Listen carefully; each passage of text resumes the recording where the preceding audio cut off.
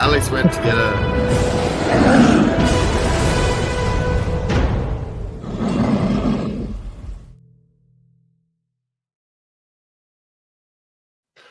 Oh, welcome. Alex, you ruined the intro. Welcome to the Old World Fanatics, your Warhammer Fantasy podcast to quench your hobby thirst for all things the old world. I'm one of your hosts, Josh, and I'm joined by Andrew and one of our fairly regular contributors / co-hosts, Alex, fresh from a big weekend. Alex, the intro ruiner. One job, Alex. One job. I'm sorry. That little that image that you brought up took me by surprise, and I had to laugh. And then, sorry, it was done. I'm just like, oh no, I didn't know what to do. I ruined everything. I'm sorry, man. I was waiting for your reaction to that too. I hadn't shown you all day. I was like, I'll just wait for him to see it. It was like, what the hell was that? That's awesome. Yeah. Oh, that was great. Oh, you didn't see it. Oh, yeah. Sorry. Yeah. How are we going, guys? How are you pulling up? You got your honey tea, Alex? Got my honey tea. Recovering. Yep. Laptop cable. Yep. Thanks for coming on. And laptop cable. Yep. I'm surprised your voice sounds a lot better than it did yesterday. Yeah, Josh had the pleasure of speaking to me in person yesterday when we were down. I was down in Melbourne, and I was barely able to get a sentence out. I just lost my voice, and but sort of recovering from that. But sore throat and I think I'm probably coming down with something. But anyway, the post tournament logo going on there. Did you lose your voice more? Was it from the big Saturday night, or was it more from the intense hobbying gaming going on? So I have a tendency to lose my voice quite easily, but I think it's more that you have a whole day of just non-stop communicating with people because it's 3 games, and then followed that with there was a 2-hour Warhammer trivia session that went on, and then there was a lot of things got pretty wild on Saturday night. So then there was a pool table. There was there was a pool table got danced on. But it was just one of these things where you had all those things together, and then on the Sunday morning, I literally could barely audibly communicate. And then so fair enough. All right, well that's interesting. We should get into the whole weekend. And I wanted to hear about the trivia and all that kind of thing too. We love having a bit of trivia on this channel from time to time. It's always a bit of fun. We are doing a live stream. So welcome to the guys that are commenting. We're getting a few comments sort of popping up. Silver Dave and Mark Langley's on there. I see Entropy's popping up a bit too. So good to see you guys around. And we are monitoring the live stream chat on the Discord. Don't know if I've got a link for that at the moment, but it's on the Old World Discord. There is a live stream. So if you're working on anything, you're doing any painting, you can put in photos up there if you like, and we'll throw them up at some point. So this episode is mainly going to be chatting about Snake Eyes, Alex's experience down there, and we'll go through the pack and the tournament and that type of thing, and also we'll hit your games and just how it all went, especially because it's a team tournament, which I've not really had much experience of at all. So it'll be interesting to see what it's like. And then second half we might hit a couple of things. We've got some Patreon questions. The Cathay Preorders up, so we might have a quick look at that, and maybe some hobby and stuff as well. Unless we had anything else to talk about. I mean, with our Oldhammer, Andrew, did you want to hit the lists and that type of thing? Yeah. Well, there's another pre-order. Looks like it's coming out with Cathay, I'm guessing, as well, which was the match play guide. Oh, the match play guide. Sorry. Yeah, it was on there as well. So I was like, So I'm guessing, I'm thinking they're coming out together. Look like they were. I think they are. I think looking at the dates on that little price sheet, it looked like it was all coming out. Was it the 5th of July? I think it was. The pre-order was next week, and then it'd be the following week that actually you get it, which is And the FAQ, surely that's all dropping together. Oof. It's going to be nuts. Yeah. Yeah. I assume that's the FAQ is going to hit at the same time. It's going to change everything so much. I can't wait to see. What happens. But yeah, shall we get into the Snake Eyes tournament, Alex? Yeah, You want sure. thing? Like, are you good for the into the evening? I mean, see how we go. We'll do the Snake Eyes, and then you can stay around for the Patreon questions and stuff afterwards if you like. Yeah. It's up to you. I'll hang on as long as I'm feeling like I can talk, I guess. But yeah, I'll sort of minimize my voice projection, I think. I think your mic's picking you up fine. So, yeah. So, Snake Eyes. So it was a 2-dayer, 5-game. Yep. With teams. Yeah, Teams of 3, wasn't it? Teams of 3. That's right. Yeah. I mean, I wish I should have given you guys like a digital version of the players pack. Unless, I mean, you might have seen it already, but I've got it's it. pretty. Oh, you've got it. Sweet. Yeah. So from memory, they put some interesting bits and pieces in there. I guess the first thing to sort of explain is like what is a teams event and like how is it different to like a regular event? Because some people that knew I was going to this were like, oh, it's a doubles event, and I'm like, no, there's 3 players on a team, but you're playing individual games. So I have done teams events before. I think maybe this is the 3rd time I've done a teams event, or yeah, 3rd. It's basically like there was some restrictions that were put in place, that were team-wide restrictions where, like, for example, the biggest one probably was that across the 3 players in your team, you could only have 8 magic levels. So not 8 per army, like 8 across the 3 armies. So you had to be quite strategic with your teammates. You couldn't just write a list and go, hey guys, here's my list. You had to go, okay, well, I was planning on taking level 4, but that only leaves 4 levels of magic for you guys. So like, how are we going to work it? So I think a lot of teams had, a kind of, I think a lot of teams probably had a player that was like, agreeing to play with no magic, which some armies do better than others. Like if you're playing dwarves, it doesn't matter anyway, but there's certainly some other armies where you can kind of get away with no magic. But to be fair though, it does actually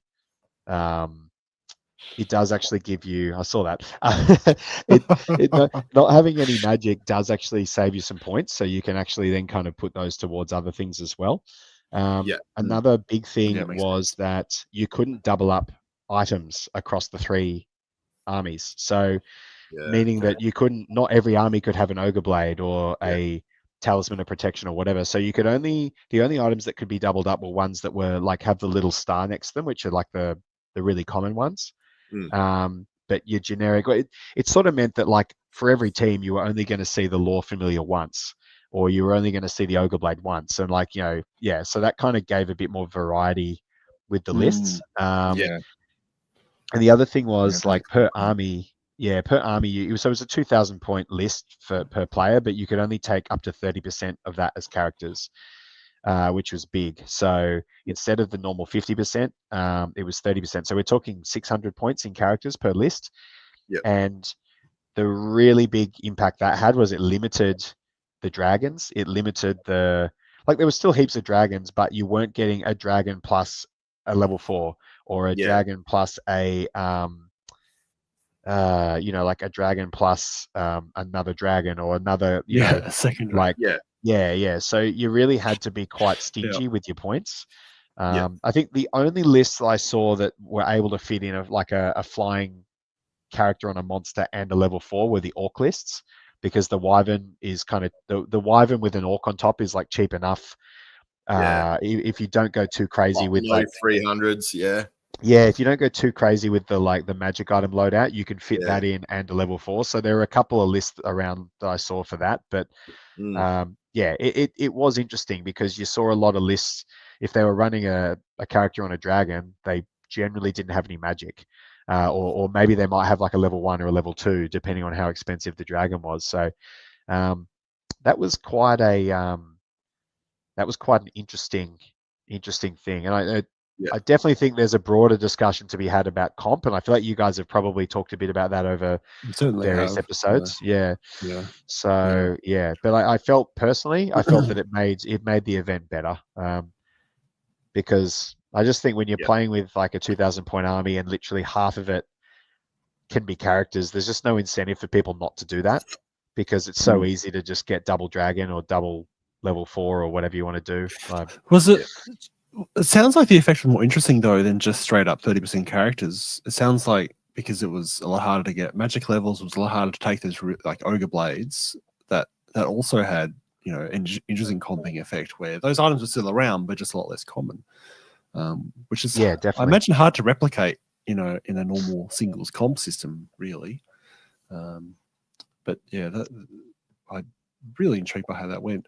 But it felt like when you're playing those games that it was a more interesting matchup. Like it was a lot more varied army construction totally. because of those comp rules. Yeah, totally. And I think arguably one of the coolest things about doing it is like in the lead up to the event, you're basically, we had a little WhatsApp chat going where we're throwing lists around and, oh, hey, I'm thinking about doing this. And then, so I was with the team I was in. So we were called the wrong kind of threesome.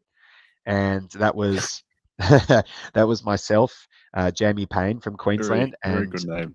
Yeah, and Actor Khan.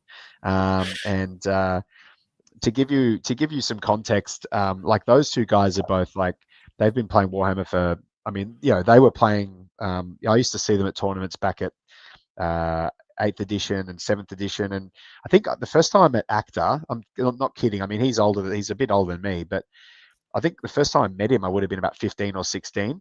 And he was already like, this is like back in 6th edition, and he was already one of the top players in the country back then. And we're talking like 20 years ago, right? So like he's kind of in every edition of the game, he's always been there at tournaments, and I've always seen him around, and he's a nice guy, like, so he was our team captain. But I was kind of like, oh man. So the way it all kind of panned out was we had a big group of us going down there. There's probably about 6 or 7 of us that were all flying in from various places and staying together. And it just kind of was like, oh, hey, let's throw a couple of teams together from this. And so I was kind of almost getting like imposter syndrome with these guys, because I was like, these are like 2 of the top players in the country. Oh, mate. Both of these guys have like won. Like if you add up all the tournaments they've won over the years, it's like both of them have probably won double digits in like how many tournaments they've actually got the trophy for. So I was kind of like, oh man, like I'm like sort of the guy that needs to prove myself a bit here. So I was probably one of my biggest feelings was like I didn't want to let these 2 down, because like they're gonna be wanting to win the thing. And I'm like, okay, well, I need to sort of pull my weight here and not be kind of the one that drags our result down. So pretty much that was like, we set to work, I guess, just trying to come up with lists that we're going to complement each other well and that we're going to work within the restrictions. And we came up with Actor ran Tomb Kings with a big block of, like, I don't know what. Oh, I've got it here somewhere. Hang on. Big block of archers with the poison banner. How many? Oh, hang on. Let me find it. Here we are. Okay. So Actor had 85 skeleton archers. Point there. 85 guys. 85 it's archers. a pretty big block. Yeah. In one Just block. had a big block. Yeah. So he had one block of 85 skeleton archers, and there's that item, I think, is it the amulet of the serpent or something that you can that's the poison put in one. there, and so that obviously that they are there to deal with some of the big monsters that are getting around. He had like a level 3 wizard, a level 1 wizard. He had 3 of the serpent necro serpents. That's what he's called them. Is that what they're called? He had 3 tomb swarms, a couple of scorpions, and then he had one of the flying necrosphinxes, and he had a unit to back up the archers, which are obviously already pretty lethal at range. He had a unit of 8 Ushabti with the great bows. Yeah. So if the archers don't kill you, the Ushabti are going to kill you. Yeah. Yeah. So that was his list. Jamie ran a Bretonian Exiles list, and by the way, Yeah. spoiler alert, there were quite a lot of these at the event. I think there were 14 teams at this event, and at least 6 of the teams had almost the same Bretonian Exiles list. So Jamie was running, so he was running double Baron, both on Royal Pegasus with like, you know, Falcon Horn, and there was the Frontier Axe. And I don't know what all the items do, but like, you know, like it's all the kind of standard stuff, I think. Then there was like, you know, some nice he's no magic, obviously. Frontier he went Yeah, he went no magic. So he was the one that sort of he just went all out, like get in, you know, get in your quick face, combat, up on you, like and then he had some peasant bowmen, he had a couple of smaller units of knights, he had the 2 cannons, the bombards, and he had 2 units of 5 Pegasus knights. So very much like one of them's vanguarding this army. This army is going to rush you big time. So those were the 2 lists that they took, and then this is funny. So I decided to take Lizardmen, and when the lists were like released to everyone publicly, one of the TOs put in brackets WTF lol next to the word Lizardman. So next to the Lizardman. I think it was a surprise that some Lizardmen made it to this event. There was a slight alteration to my list because the first list I submitted turned out to be illegal because I got this confused with 6th edition, and I put in my list. Yeah, I know, controversial. I put in my list one jungle swarm, and then realized like a couple of days after submitting it that one jungle swarm is not even a legal choice. So like you have to have 3 of them. 3 and minimum. I just got myself confused because I'm so used to you can take 1 in like a 6th edition army, and I'm you know play a fair bit of 6th ed. So I just got myself like kind of just didn't know that, and then I had to correct it. So basically, what eventually was in my list was, after I resubmitted it, pretty much everything else was the same. I just had to trim a few points off some infantry units and then make the jungle swarm bigger. But I pretty much had the Slan, BSB, General, Ruby Ring of Ruin, Wandering Deliberations, which means he can choose signature spells from different laws. So like your 4 spells are like they're 4 different signature spells from different laws rather than rolling normally. The reason I took that was because Actor really needed the lore familiar on his wizard, and obviously we couldn't share the lore familiar, so I was like, okay, I'm going to need to I needed some certainty around my spells. I didn't want to turn up and roll spells and have like 2 or 3 of them just be useless. So I was like, okay, and my army has a bit of a theme of like, one of my main aims was like I needed to be able to like really spam a lot of magic missiles, which you'll notice how I'm going to do that. But the Wandering Deliberations meant I could guarantee at least 2 magic missiles, which would be the one from Demonology, the Summoning, and Doombolt from Dark Magic. So so the Summoning and Doombolt, I was able to guarantee I was going to get those. And if I didn't take that, I would basically be just rolling on a lore and hoping for the best. So basically I took that, and then I had a Saurus Old Blood on a flying carpet with Paymaster's Coin, so we would get a round of rerolls with his hit rolls and the Potion of Full Hardiness, so he could charge something that caused fear and not fail a fear test. We had 10 Temple Guard, which are basically just there to be free wounds that the Slan can allocate onto. 2 units of 10 Skinks, the 3 Jungle Swarms, the controversial Jungle Swarms, and then we had Saurus Warriors, 10 of them, because you have to take them. They're attacks, unfortunately. And then I took 2 Bastillodons with Solar Engines, which is the bound spell magic missile. And then I had 2 Stegodon Ancients, one of them with the Engine of the Gods. The only reason I didn't take 2 with the Engine of the Gods is because like it would end up being 10 points over the rare cap. Which is super annoying. But anyway, I ended up taking 1 Engine of the Gods, but I was very much would have liked to have taken 2 of them. So pretty much the list is like 4 big monsters, a Slan, an Old Blood, and then a bunch of chaff. And the idea basically is that I've got, including the Ruby Ring, I've got 6 magic missiles that I can pump out every turn. So 2 Bastillodons, the Stegodon with the the engine, and then the Slan is packing 2 magic missiles from the Wandering Deliberations, and then the Ruby Ring. So the idea was that I could sort of I could put people in a position where if they hung back and sort of messed around, then I would just blast them from range and take points off them. And then if they rushed me, I had enough mobility to kind of try and maneuver out of the way and try and avoid having to fight the brunt of their army whilst using the magic and using the shooting elements to just to try and tidy up some points. This list is never going to unless my opponent really played badly, this list was never going to win a game 20-0 or anything like that. So it was a 20-point scoring system, by the way. So you work out your victory points at the end, you consult the table, and you get battle points. You could win 20-0, you could get a 10-10 draw, you could get a 14-6 win, you could take a 9-11 loss, whatever.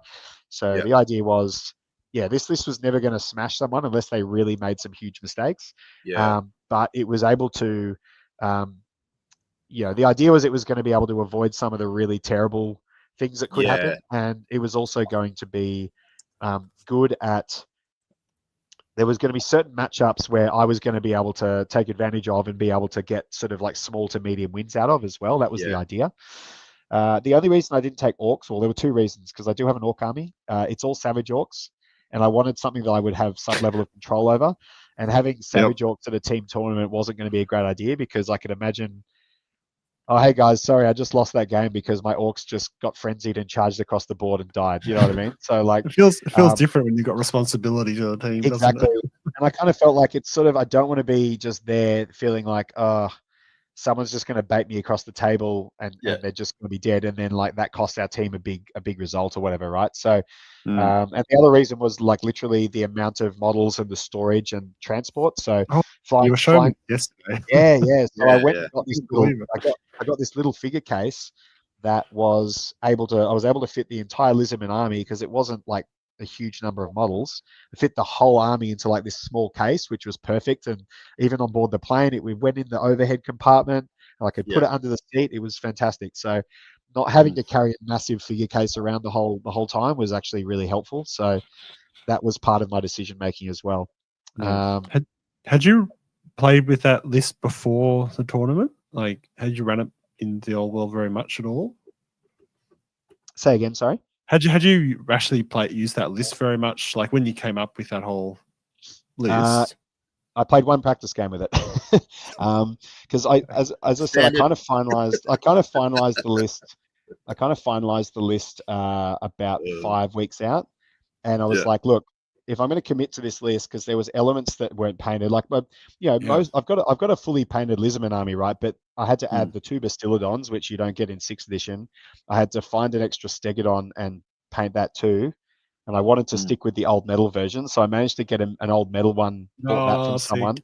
And Patty, who's local here in Sydney, she printed out 3D printed this cool throne thing, which I then have magnetized the top of that Stegodon. So that's the engine of the gods, and then I can still take that off and replace it with the Howdar if I want to, which is cool. And then I had to paint, so I had to paint the 3 big monsters, and then I had to paint. I was telling you guys this. I had to paint the Saurus Oldblood. I've already got a Saurus Oldblood, but he's not armed the right way. He's got a sword and shield. So I was like, no, I can't have that. So I need one with a great weapon.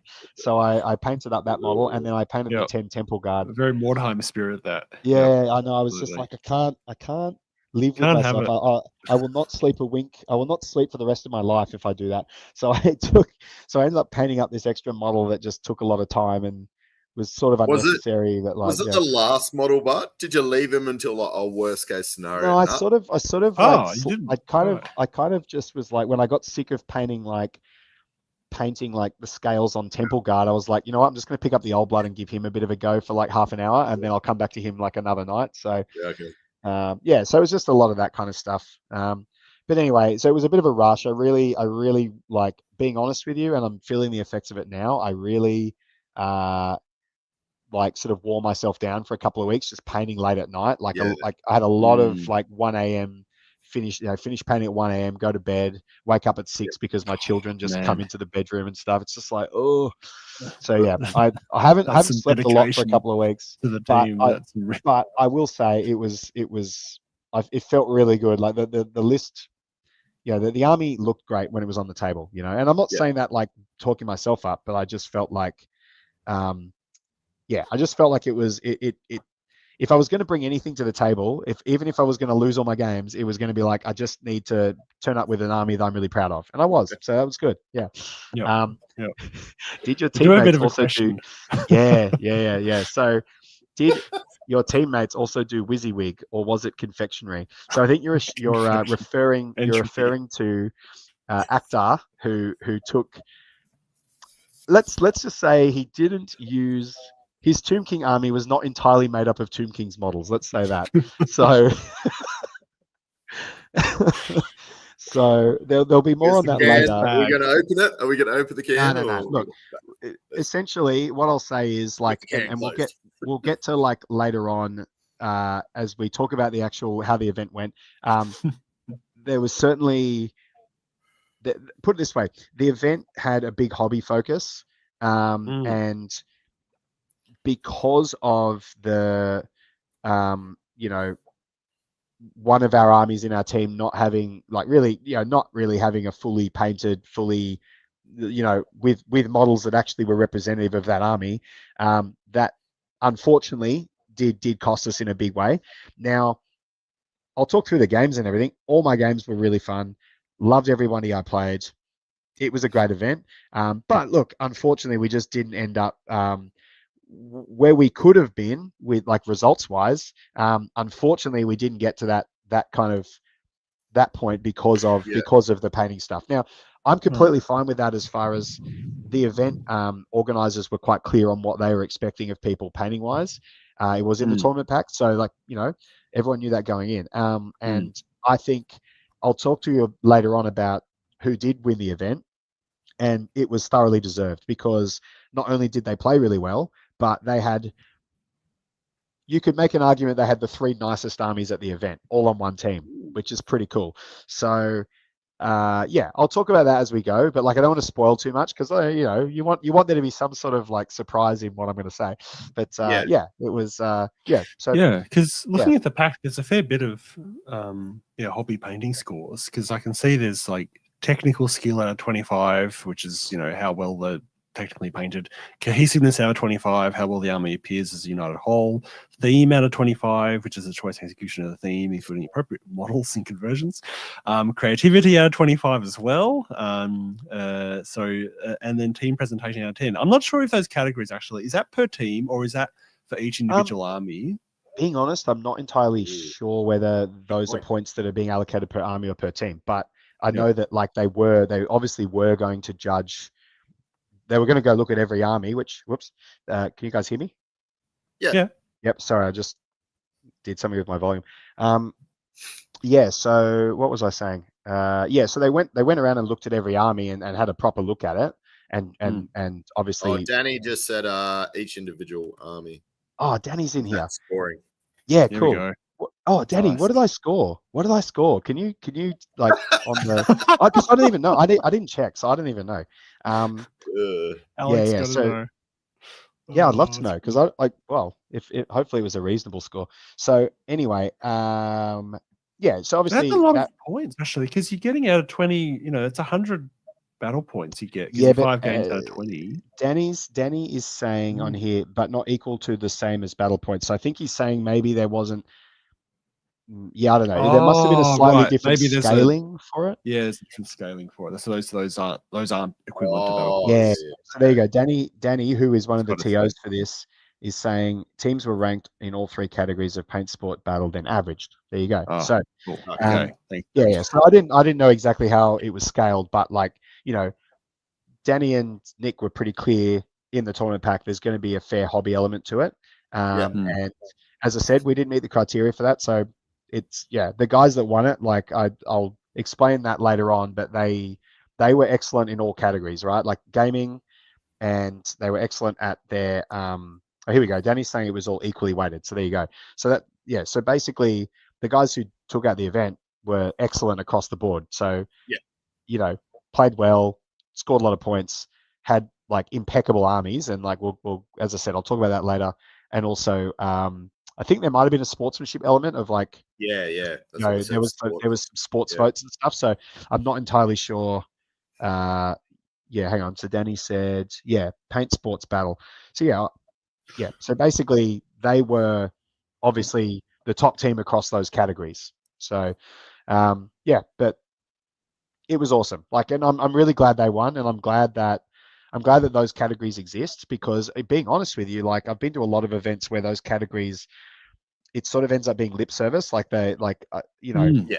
TOs Yeah. let people off the hook for stuff, and they go, oh yeah, all right. Well, we'll let that one go, and we'll let that slide. As far as like they kind of give points out for stuff that really doesn't fit the category, and then Yeah. you could see why people would be upset about it, because you'd be like, well, hang on a sec, like why is that person scoring the same as I am for this element, right? Yeah.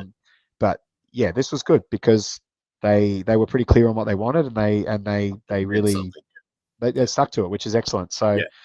anyway, yeah, so that's kind of the precursor, because that was, I suppose, I don't know if you'd say it's controversial or not, but like that was kind of the thing that, like, we did perform pretty well on the tabletop, but yeah, as far as the hobby side of it is where we kind of came unstuck, unfortunately. So Yep. yeah, but the good thing is, as I said, from my perspective, I wanted to turn up, and at the very least, I knew I wasn't going to score as many points as my two teammates, but I thought, if I can turn up with a nice army and basically just not let the team down in any way, that would be kind of what I'm aiming for, really. So Yeah. Okay. yeah. So Yeah. anyway, I'll whack up some photos now. thank you. So for the Yeah, viewers okay. and listeners. Yeah, Because, yeah. So I've got I guess anyone yeah. who's looking at it, that's my photos to go Lizardman through. army. I was happy with it. There's some nice colors Yeah. and stuff. Yeah. I love the and plant. most of Where it, did you get those plastic planty things that are coming off, by the well, way? they're just aquarium like plants. aquarium stuff? Yeah, Yeah, but cool. I Cool. just Love it. I ordered a whole bulk batch of them from eBay. It was like a Ooh. Chinese these places, and they sell them to you for like a dollar for like a whole packet of these things. So like, Yeah. I think I ordered like 10 packets of all these different like jungle plants, so these little aquarium plants, and Nice. you snip them up and pop them on the bases, and they look pretty good. So Yeah. yeah, I just wanted to go with that kind of jungle theme. But yeah, anyway, but that's The brightness works really well. Yeah, the contrast of it is beautiful. Yeah. yeah, I that's love kind of what I was aiming for. And some of these models are ones I painted like 3-4 years ago, and others are ones like the two Bastillodons and the Stegodon on the it. left, Oh, yeah. the darker Oh, Stegodon. sorry. Those I painted all of those in the last few weeks. So, and those Temple Guard as Yeah, well. right. As you can see, most of that is all the old metal stuff. So I've got like the metal Saurus Warriors, the metal Temple Guard, the Skinks. They're all metal. This is all 5th edition. The Yeah. Slan is the 6th edition model, mainly because it's very hard to fit the 5th edition Slan onto the base size you need. It doesn't really fit properly, so I kind of but the Too 6th edition small. model is great anyway. So Yeah. I see you got base adapters for all the skinkies there, which is yeah, those MDF bases you got. Yeah, little MDF adapters. Beautiful. So I'm definitely not.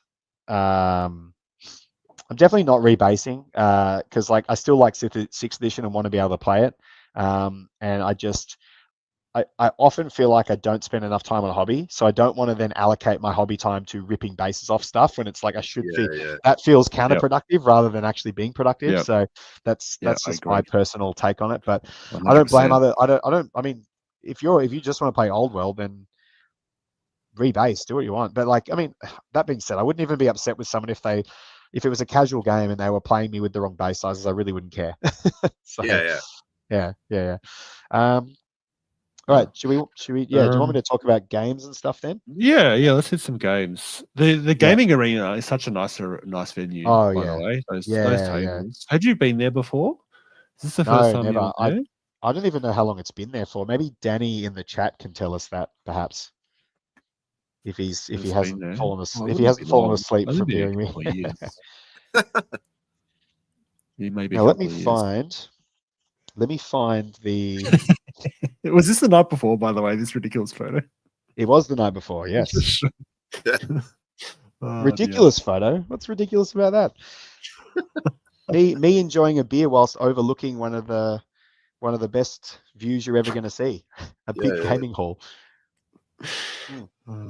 So round one, we had this team called John Fish. They were rocking. They had a Beastman player. They had a Dwarf player. Fairly defensive Dwarf army, bit of bit of range stuff, and then there was an undead, a vampire count's army. Sorry, and the way we decided to do this, there was a bit of a pairing. There was like a little process at the beginning of before the round started where you had to sort of work out who was going to be playing who. And without going into entire detail on it, because it's like even I don't entirely understand it, but luckily I wasn't the one having to understand it. It was Akhtar who was taking care of that. But pretty much we'd pretty much decided before the tournament, we'd gone through all these lists and decided you pretty much needed to make the most important decision was which army you were going to put out first. Because if you put an army out first, they give you two choices, and that army then is going to be paired against one of those. And you've at least got the choice. So the way we figured it was that if there was a particular army on our opponent's team that we wanted to avoid, the best way to do that was like we'd put out the army that we didn't want to have to take that matchup, and then you knew that you had the choice of two armies. So even if they put out the worst one that you don't want to fight, you get to choose the other one. So, and after that, you then kind of just cross-match them. So, yeah, I'm not explaining it that well, but the idea was basically we put Akhtar out first. He went up against the vampire count list, and Jamie took the dwarf list, and I went up against the beastman. And it was a real MSU beastman list. Like they had a Doombull in there, they had a great shaman who was flying around with the hag tree fetish, and the flying carpet. They had like a herd of gore, some minotaurs, and heaps of MSU stuff. So 6 individual razor gores. There was a unit of 4 dragon ogres. There was a shagoth. There was some scary stuff in this list. Yeah. But I sort of thought, well, he can't really, aside from the hag tree fetish, what's that? Viletide?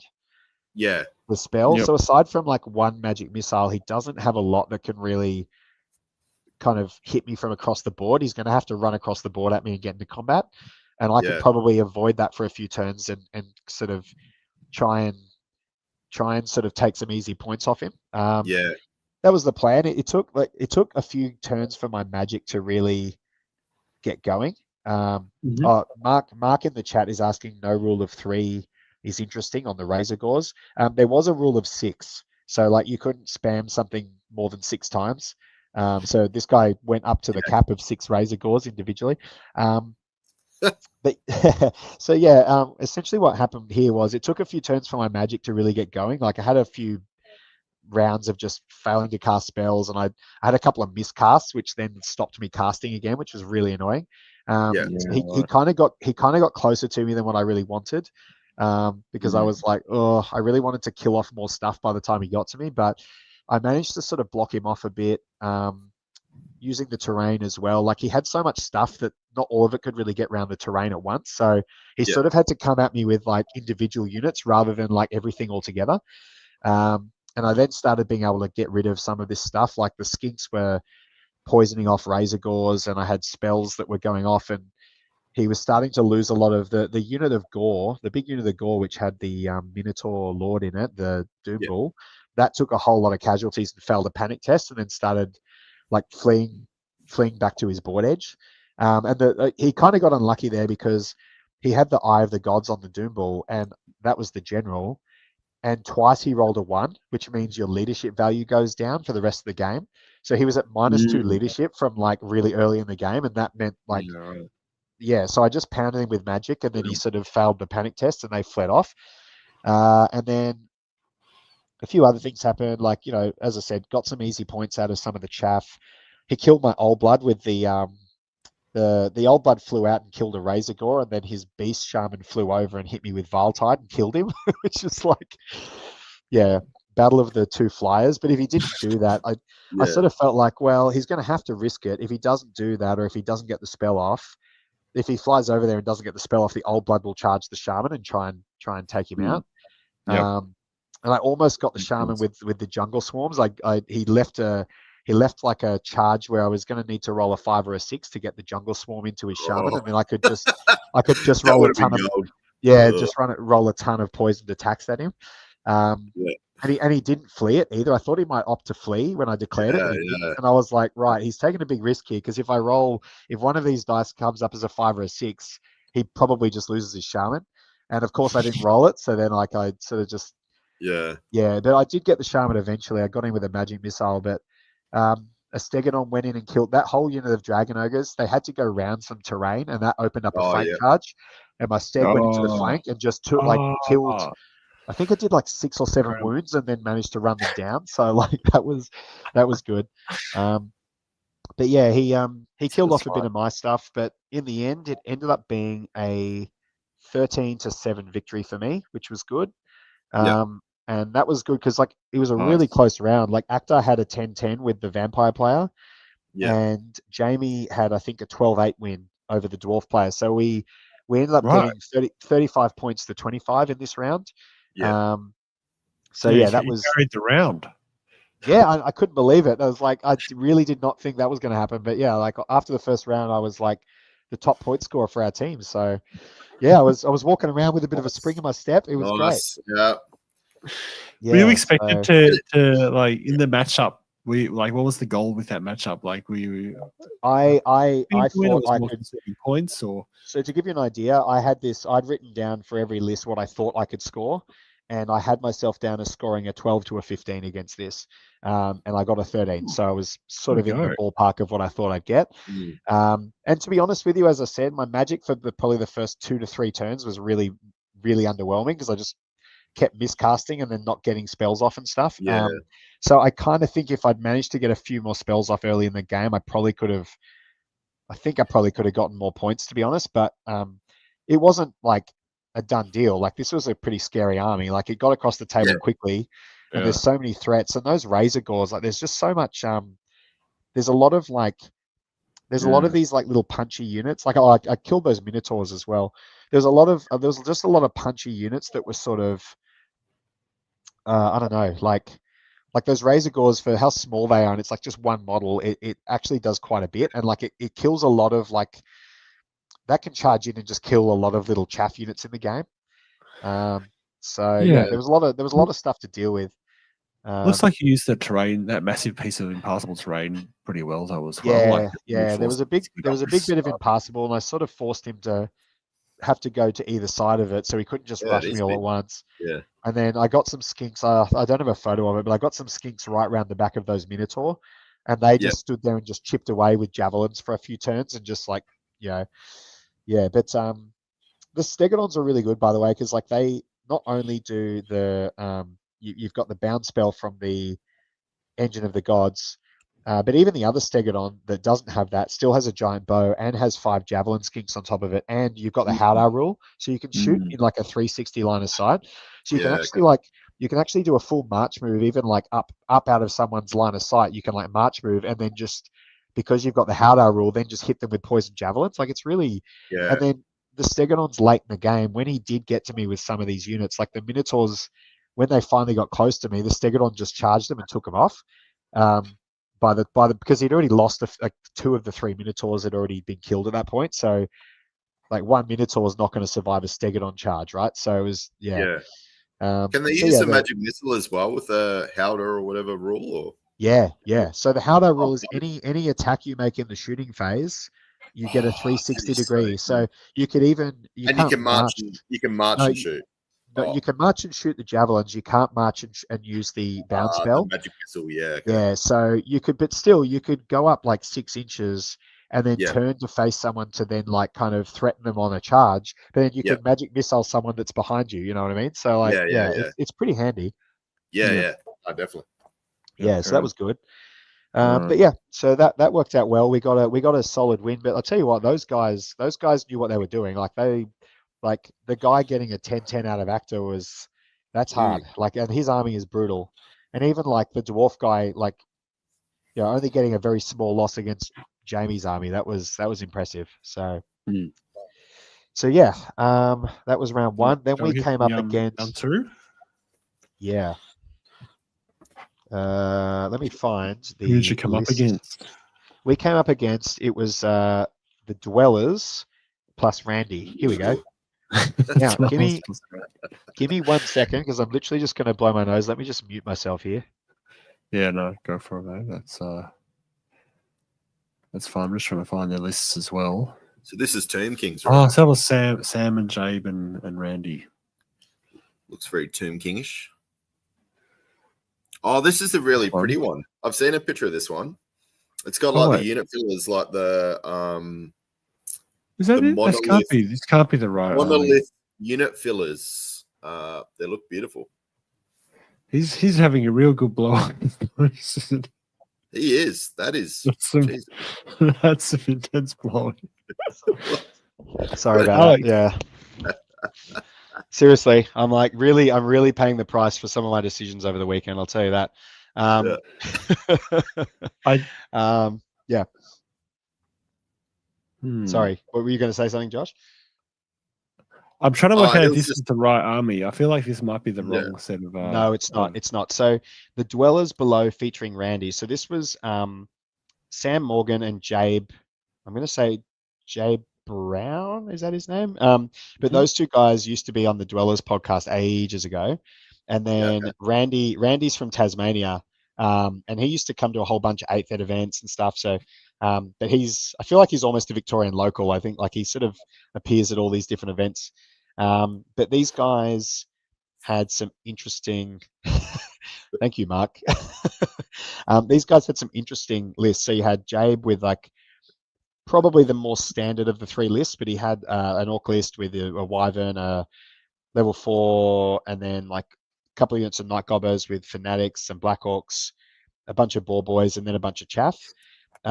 Randy took Empire, but it was very much a combat, like just a combat Empire list, really. So it was like 3 units of demigryphs, inner circle knights, a few like small units of knights, and like combat characters. So Randy opted to not take any magic and be the one that was going to take that. And then Sam Morgan was doing a really fast MSU demon list. So Lord of Change, level 4, some upgrades, Herald of Nurgle that could fly, and then like 5 units of Furies, 3 units of Flamers of Zinch, and then 6 Plague Drones of Nurgle. So very fast, almost, everything in the list, pretty much everything in the list could fly. It was all skirmish, apart from the Lord of Change, and the Flamers were like the only thing that couldn't fly, but they can still march 12 and shoot 18, right? So this was an interesting round. I got paired into the army that I felt pretty confident against this, to be honest. And same thing with, I wouldn't necessarily have minded Randy's army either, although the armor might have scared me a bit. But I'm just glad I didn't have to play the orcs, because that really would have given me some trouble. But Actor took the orc army because he knew he could deal with the wyvern with his poison bows. Jamie went up against Randy with the All Combat Empire, and then I went up against Sam with the demons. And this round went pretty well for us. We actually got we capped the score. So like the scores were capped at, you couldn't, if all 3 players were to get a 20-0 win, instead of getting 60 points, you get 40. That's like, it caps it at 40, and it stops like a team getting a couple of big wins and then just being like completely out of reach of anybody. So we did cap this round because Randy walked over to our table after literally the first turn of his game and goes, "I'm going to go down 20-0 here." So he said to Sam, he goes, "You need to pull something out." This is like turn 1 of a game. He's like, "Yeah, I'm going to lose 20-0. Oh, no. And I looked over at the table, and Randy was like, his models were like halfway up the board, and Jamie already had like Pegasus Knights like flying around behind him and stuff. So that was pretty funny. Exiles. Yeah. So my game against Sam, like Sam's a good player. He used to be one of the top guys back at 8th edition, and I think he plays a lot of Age of Sigmar. We were kind of joking that he took an Age of Sigmar army to a it looks like to an all world event because it was just all skirmish. But he basically seems to be on round bases and he'd be there. Oh yeah, no, he had the square bases. No, it was a good army, but he basically flew across the board at me. And the irony with this was that we were having this chat afterwards. What happened was in the first turn was I was going to like obviously unleash all these magic missiles on him. And the reason this is a good matchup for me is that the demons don't get their ward save against magic. And he's got so many cheap little units that are like Furies. You can kill them with 1 half decent magic missile, right? Yeah. Even those plague drones were going to be vulnerable to like sustained like magic and shooting at them. So I was like, okay, well, I just need to like clean up some of this stuff early on, and then like be able to deal with if he wants to come at me with the only two things I was super worried about were the Lord of Change and the Plague Drones, right? The problem was I then miscast on my first spell attempt and then that shut down my whole magic phase for turn 1. Yeah. So I was like, oh my God, I've just lost the whole magic. Like I can't do anything. And so I kind of just kept everything really tight, didn't like overcommit to anything, stayed back.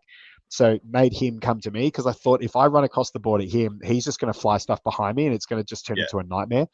And the Furies were like, some of them had Mark of Corn, which means they get a lot of attacks. And I'm like, I really don't want Furies charging units of Skinks or charging like lone. Yeah, it's just going to be a nightmare if he like kind of gets in behind me. So I made sure that all of it stayed like far back enough that he couldn't get behind me. But then turn 2, he kept coming forward as I expected. And then finally my magic phase worked and I wiped out about 3 or 4 units in one magic phase. And the Plague Drones, I think I killed all but one of them in like 2 magic phases. And then he realized this is like turn 4 at this point, and he goes, oh my God. And he literally just turned everything that was still alive around and just like fled it back into his part of the board because he was like, well, he's like, I literally am just giving you 3 points at this stage. So, this one turned out to be a 16-4 win to me. And he said, the irony is you miscasting in the first turn actually gave you more points because he didn't quite realize how much like stuff was how hard it was gonna hit him because because I miscast it, that just encouraged him to run at me even more. But then, it lulled him into a false security. And then at that point he was like sort of at that stage he was like overcommitted and it took and then he lost more stuff than what he otherwise would have. So he did manage to he kept one. Him. Yeah, kind of. Yeah, I didn't mean to. It wasn't like tactical genius. Look, I think realistically, I was going to win that. I mean, I was probably going to win that game anyway because I just was like, even if he held back, sounds like a good matchup. Yeah, it was. Even if he held back from the beginning, I would have come up the board and basically been able to take off some of the chaff anyway. And realistically, there's not that much he could have done about it. Like unless I did something really silly, he was going to struggle to get like too much going. So so I got a 16-4 win. Jamie got a 20 as Randy predicted at the beginning of their game. And I think Akhtar got like a 15-5 win out of Jabe. So we managed to cap that round, which was good. And then so that was good. But then we ended up against. Basically, we ended up playing against the guys that we were staying with, which was Horace, his bestie, and the Doctor. So these three, we like, this is Mick Ferraro, Andreas. I can never get this last name. I think it's Jerkiatis or something. And then the Doctor is Alex Treble, who Josh actually mistaken for me at one point. We do look similar, to be fair. Yeah. So, God. Yeah, so we were all staying in a house together with these. Yeah, we were staying in the party house with these guys. Oh, and Randy was there too. So it was like myself, actor Jamie, Mick, Treble, and Andreas, and Randy. So like, it was a pretty wild house. But so we knew that honestly, we knew that at some point we were going to have to play these guys because they're all good players. We knew that they'd do pretty well. So we were like, okay, we're gonna end up playing these guys at some stage. And this is one where one of us was going to have to take one for the team here because I'll tell you what they had. Mick had a fairly kind of maneuverable and defensive Empire army. So some demigriffs, some knights, some like state troops, some outriders, some like a steam tank and a volley gun. So his army was kind of meant to be able to be quite flexible. Andreas basically took a really aggressive chaos list, and this was the list I actually played a practice game against about 4 or 5 weeks ago, and I actually got a 10-10 out of this. So I wasn't necessarily like, he had a lot of stuff I could get points from. Yeah. So I wasn't necessarily against playing this list, but he had a Chaos Lord on a dragon for like 597 points, so just under the cap. And then he had 6 units of Marauder Horsemen, like in skirmish formation with like Mark of Corn. So like they all just charge you with like a 360-degree line of sight. It's really hard to like get away from them. And then they have heaps of attacks. and then there's 2 single dragon ogres, and then he had 2 chimeras and a warpfire dragon. So he's got 4 flying monsters plus all these like skirmishing cavalry guys. And as I said, I felt like I felt like I could probably handle this list probably better than the other 2. And then we had the list that I actually ended up playing, which was Alex Treble's list. Can I ask? Yes. Alex, before you go on, how would you handle the dragon? So when we played about 4 or 5 weeks ago, basically I made sure I kind of split my deployment so he couldn't just rush me in one go. He would have to choose like to go this side or the other side. And then I hid a bunch of stuff behind a wood, but then I put him in a situation where I had Stegodons ready to countercharge. If he got too aggressive and plonked the dragon right in front of me, I would then have the 2 Stegs and an Old Blood that could all go into him if need be. And also a whole lot of poison shots and a lot of magic missiles. Now, I wasn't necessarily going to target the dragon anyway because there was heaps of other stuff to target. But to give you an idea, when we played, he's got 6 units of Marauder Horse. All 6 of those were dead by turn 2 or turn 3. Because like literally I just went magic missile dead, dead, or like, or they'd get them down to a wound or 2 and then the skinks come in and finish them off. You know what I mean?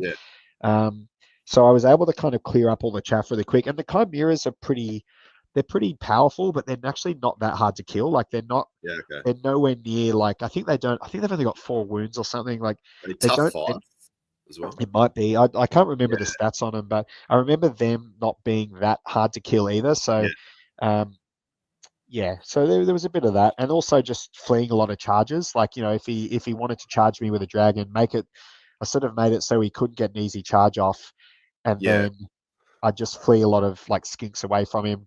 And then my Slan, because the Slan has got fly 8, people don't realize that. So if the dragon goes too aggressive, the Slan can just march up, like literally just march past him. So like there's ways to get out of it. But so anyway, I wouldn't have been too upset with that matchup, to be honest. Like I'm not saying I would have won. But I probably would have. It would have been a really tight game either way. But what I did end up facing, unfortunately for me, was Alex Treble's list. And I've known Alex Treble for 15 years now. Like top guy. I haven't seen him in ages because he's sort of been all around the world doing stuff with, just with his career and stuff. But he's kind of recently come back to Sydney, and I haven't really seen too much of him. But got to hang out with him a bit this weekend, which was nice. But he had this Tomb King list, so it was a Tomb Prince, Royal Herald, level 4. On elementalism, which is very important for this list. And he had the 50 skeleton archers with obviously the poison thing goes in there. He had like 25 tomb guard. He had 2 units of the Ushabti with the great bows, like 2 units of 3. And then he had the 3 scorpions and the 2 flying necrosphinxes. Just an absolute nightmare for my army. Like just one of the worst things I can imagine having to play against. What's the like anti-large in there with the Ushabtis? It's just everything. It's like there's the unit of skeleton archers with the poison can probably shoot off any of my monsters in one turn, and then you've got the 2. If that doesn't do it, the Ushabti probably finish him off, and then you've got, if I somehow survive that, he's then got 3 tomb scorpions and 2 necrosphinxes, which all have like heroic killing blow or whatever it's called, monster slayer. It's just like, and the necrosphinxes, even if I hide everything and like keep it out of line of sight and do all that, which I tried my absolute best to do. Those just fly across the board and put me in a position where I just can't. There's just no escaping it. If you get away from them, then the archers get you. If you get away from the archers, the necrosphinxes get you. If you get away from both of them, the Ushabti get you. And if you get away from all of that, somehow then the scorpions get you. So like you can't really avoid it. So that's basically what happened in this game. Like I tried my absolute best. I probably played the best game of Warhammer I could have played under the circumstances, but I just couldn't do anything. So I jumped on the grenade and took a 20-0 loss on this one, which is unfortunate. But what that meant, though, was that Akhtar was able to win 15-5 against Mick, and Jamie was able to get a small win over Andreas. So we won 2 out of our 3 games. Unfortunately, I copped a real beating, but it was a bit annoying. I could have probably got maybe a couple of points out of that matchup, but unfortunately, I made a couple of little mistakes towards the end, which, I mean, he was using the what's it called? What's the teleport spell called? The TMP, travel the travel mystical pathway. pathways. Yeah, you can see on this picture, like you can see I've got everything hidden behind like terrain and stuff. And you can see how I've split my deployment there. I've got like some stuff in one corner, some stuff in the other corner. Yeah, in the other corner. And then what I tried to do, he sort of committed to going to one side, and then I tried to march. Like I had 2 Stegodons and some skinks in the old blood. I tried to march them up the other flank and sort of. Oh yeah, right. If anything, the idea was like, okay, he'll kind of get into my deployment zone fairly quickly, but if I push up on the other flank and sort of get out of the way of it all, that's one way of conserving points. But if he gets too aggressive, I then might be able to try and counterattack him a bit. Just none of it worked, unfortunately, because the Sphinxes got in and killed stuff. The travel mystical pathway meant he could get across the board pretty easily and just shoot at me with 50 poison shots. Insane for that massive block. It always is. Yeah. So unfortunately, that was that. It just wasn't like, I hadn't played treble for such a long time. It was really good playing him again because he's just a top guy. But it was just, it was a shame. The game itself wasn't that enjoyable because I just couldn't really I just wasn't able to really. I didn't really have any tools to deal with it. However, that wasn't a reflection of my opponent. It was just a reflection of the matchup. So. Yeah, but there's a couple of amusing things that happened. Like right at the end of the game, I had my old blood literally hiding in the corner of the board, just trying to survive one more round because this was like turn 6, and he teleported up and then used Wind Blast and pushed him off the board with Wind Blast. What? So I had the embarrassment. I had the embarrassment of my old blood getting like. He had to give ground and he was right on the table edge, so we just had to give ground off the table. So that was a shame. Needs to be 2.1 inches from the edge. Yeah, so annoying. And it was just one of those things. Like there wasn't that much I could do about it. And then I was trying to. I had to put him there because if I didn't put him there, the Shabti would have shot him. And I only need one. Oh no! If one of them hits and wounds, then D3 wounds. Like it's not hard for them to kill like a model like that. So. Yeah. So anyway, that was it. Well, it is what it is. Like, I mean, at the end of the day, we won the round. I think it was super close. It was like it must have been very close. I hope that I quoted the scores properly, but it was 31 points to us and 29 points to them. That's how close it was. Oh, man. Yeah, it must have been really close. Because if you lose 20-0, then it's very tough for your team to win the round because they've got to especially if the other games are still relatively close. Yeah. So I think in the end, it must have been. I'm pretty sure, Actor, I think, got a 15. And Jamie must have gotten a 16 because I got 0. But, that's the 31 points. And then, the other team got 29. So, so it was very, very close. It was literally, as I said, Wow. I didn't get tabled. I will say that. I had a couple of units left, but they weren't worth a lot.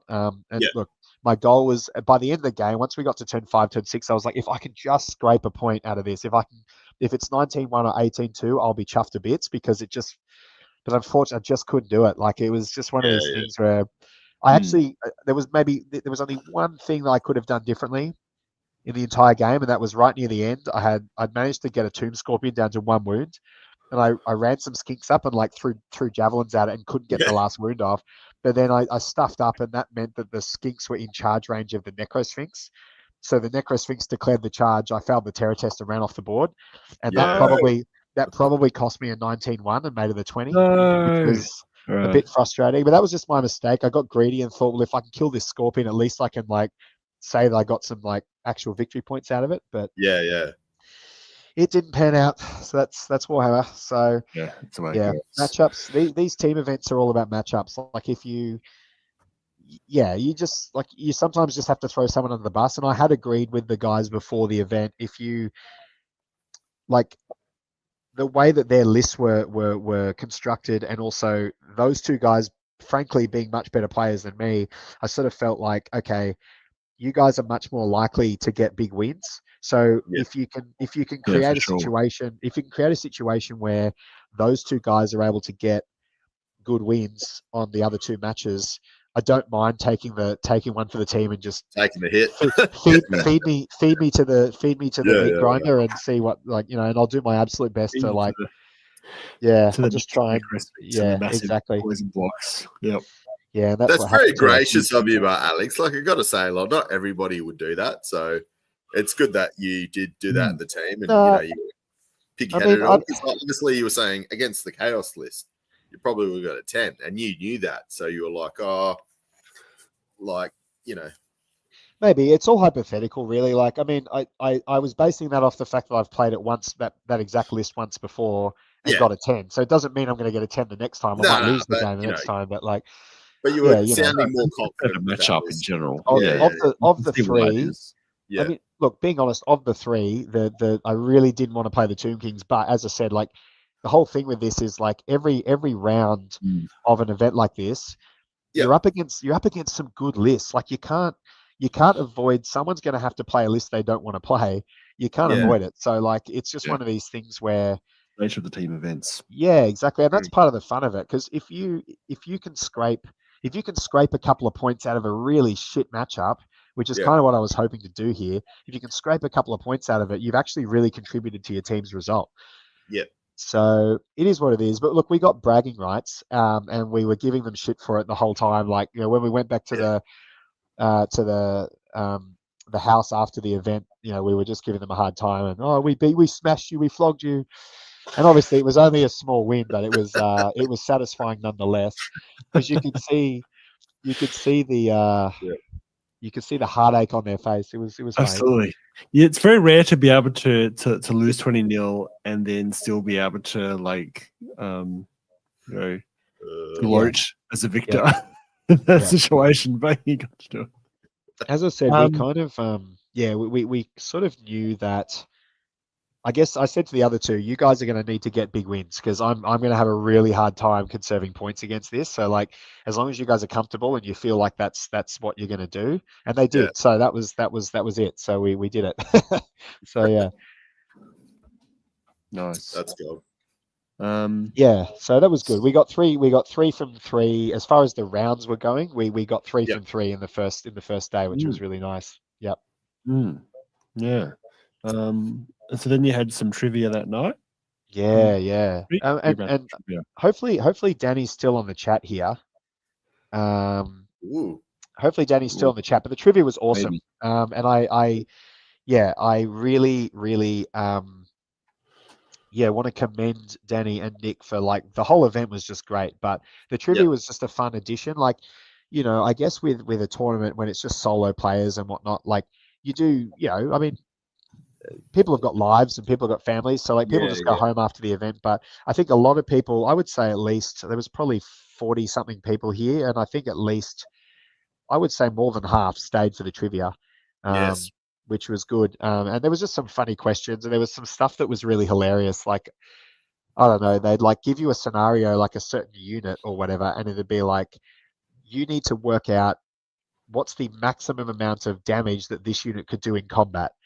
And you've got to factor everything in, like, oh, if I gave this guy the Ogre Blade and then I cast this spell and then I gave him this thing, and like, so you had to sort of give them an answer and then explain how you got to that answer, which was very funny. There was some very interesting answers. There was even a thing which was like, if you had like an individual like troll model, what's the furthest you could move it in one turn? And people are coming up with all these things of like, I'm going to cast this spell and we're going to move it to there, and then it's going to get this, and then it's going to get reserve move, and da da da da. So yeah, it was good. Had a really good time with that. And then we went. I heard Daddy talking about that one, and he was saying something about how one of the winners was they were flying for like 36 inches, and then they failed that. They managed to trigger a terror check and then failed the terror check, and then were fleeing, and then they had all these units lined up in a certain line so that it would essentially pop through another like 50 inches. So like the rest of the board, like it was just like a ridiculous scenario. It's like, technically this is the maximum movement that a single unit can do. Yeah. It's like, what the hell? Yeah. So that was actually one of the highlights of the event. Was like the trivia was just fun. Everyone was having a drink or two, which was nice, and we had some pizzas, and it was great. So fun times. And then we went back to the house and ran amok and had a great time there. And I may have danced on a pool table, I may not have. I don't know. Disappointing behavior, Alex.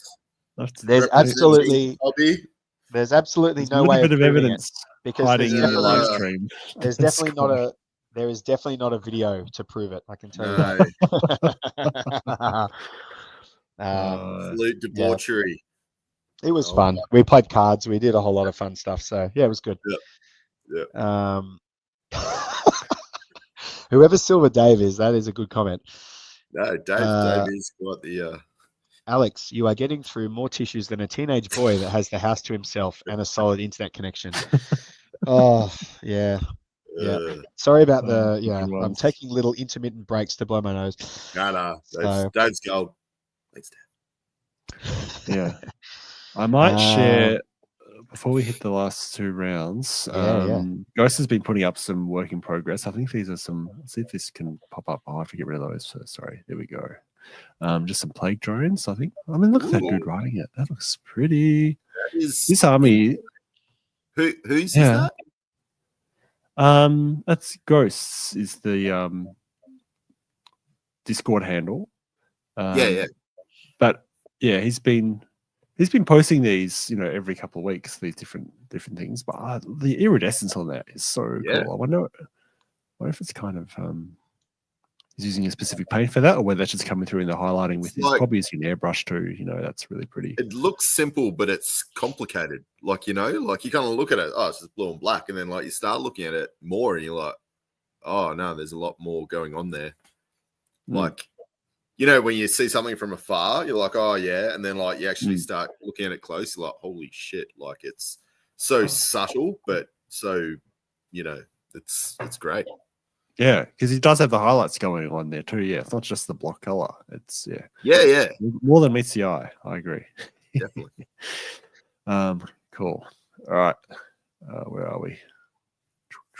I'll pluck up the photos again. All right.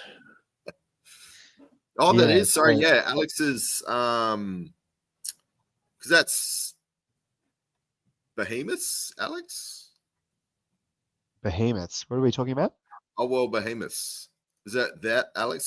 Dave's got he's put up there. Alex. Yeah. That's the plague drones. Okay. He's what Dave said is Alex's army. He will be at Warhammer on Saturday. He grudged me to get easy 20 win. Typical whack player. About his demons. Yeah, no, that's awesome. Right. That's painted so well. I can't wait to see that. Drone.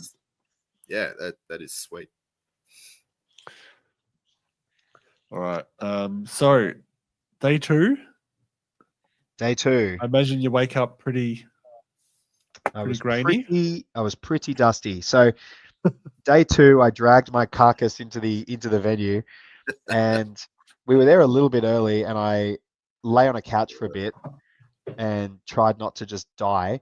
What I was secretly hoping for would be that what I was secretly hoping for on day 2 would be that my first opponent wouldn't turn up, and then I could just sleep for a while. So what I was hoping for. That didn't happen. So we ended up being matched with AOS died for serious this. business to do. Yeah, got some serious business to do. So AOS died for this was a team made up of Chris, Bailey, and Ryan. Now I've met Chris before because he's been around the scene for years and years. Bailey and Ryan, I don't know those two guys, but I did meet them obviously on the day. So this team had a Tomb King list without a huge block of archers, funnily enough, but there was a Tomb King on a chariot, High Priest with just the hieratic jar, Royal Herald, Necrotect, a little unit of skeleton bowmen, little skirmishy unit, 7 guys, and then there was 35 skeleton warriors, 20 tomb guard, and then some chaff. So there was a couple of carrion, there was 3 scorpions, 3 ushabti without bows, just the combat ones. Oh yeah, and then there was a catapult, a casket of souls, and a necrosphinx.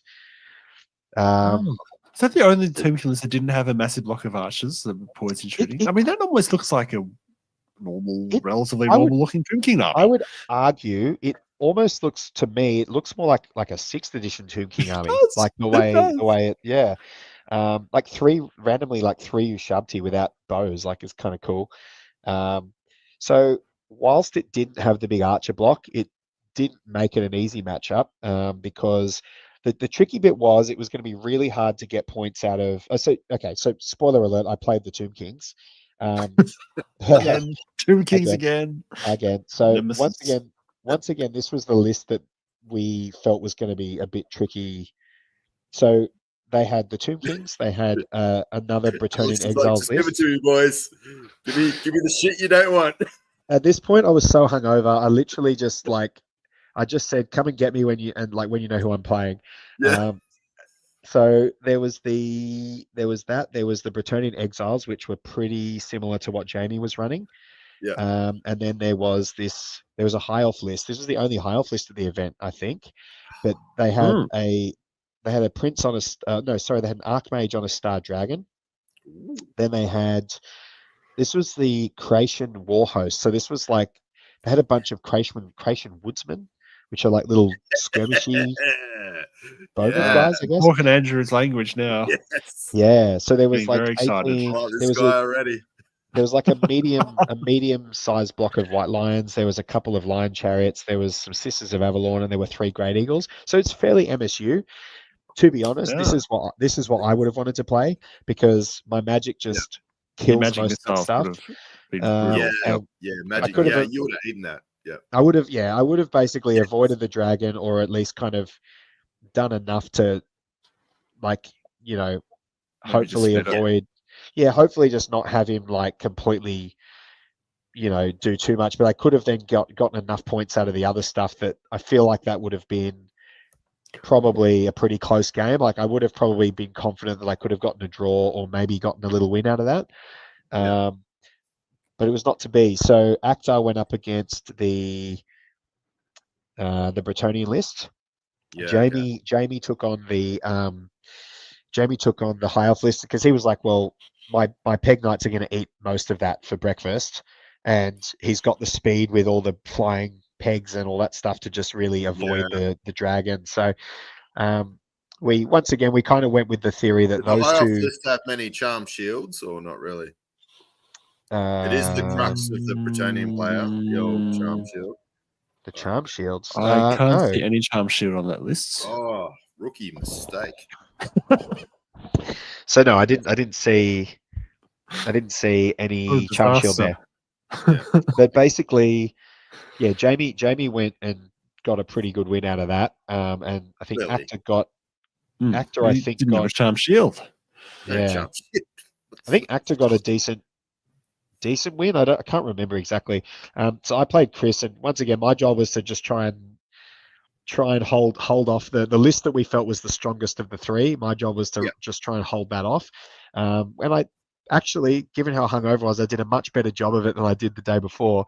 I got away with 6 points out of this game. I went down 14-6, but I think I did a solid job of that. But it was the problem was I couldn't, despite the fact that he didn't have the archers, which obviously not having the archers was a relief. But then he had these 2 big blocks. The only way for me to get points out of those blocks, because one thing I realized, Tomb Kings obviously can raise stuff. Yeah. I'd use a couple of magic missiles and blow some Tomb Guard off the board, and then he just raise it back. And it's oh my God, this is just hard.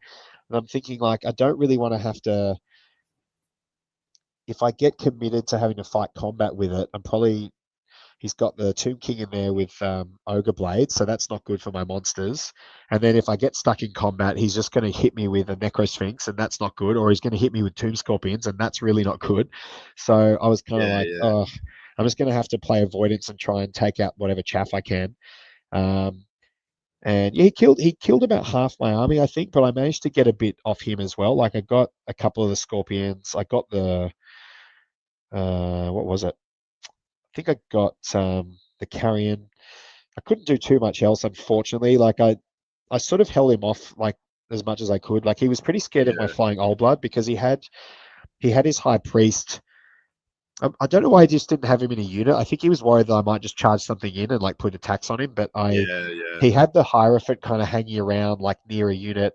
And I think he was really worried that my Old Blood was going to fly in behind his army. So he was constantly worrying about that and moving.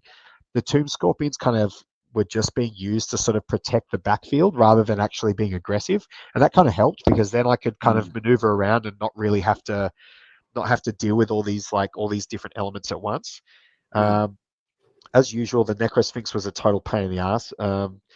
But yeah, no, I did some stuff. The highlight of this game was in the last turn, the Stegodon took a shot with the giant bow, needing a 6 to hit, and I hit the Scorpion and rolled up 3 wounds and killed it in one shot. Oh, you took it off. Which was so good. Take it off. So that was great. Oh, That was a little very highlight. But Warhammer. yeah. So despite my rather hungover state, I managed to sort of hold on for like perhaps what I might consider to be an admirable loss, I guess. But Chris was good, man. I mean, I've met Chris before, but I've never played him. And he's a good player. Like he's been around. I think he's done really well at tournaments. I'm pretty sure this guy came third at CanCon one year when there was like 200 players.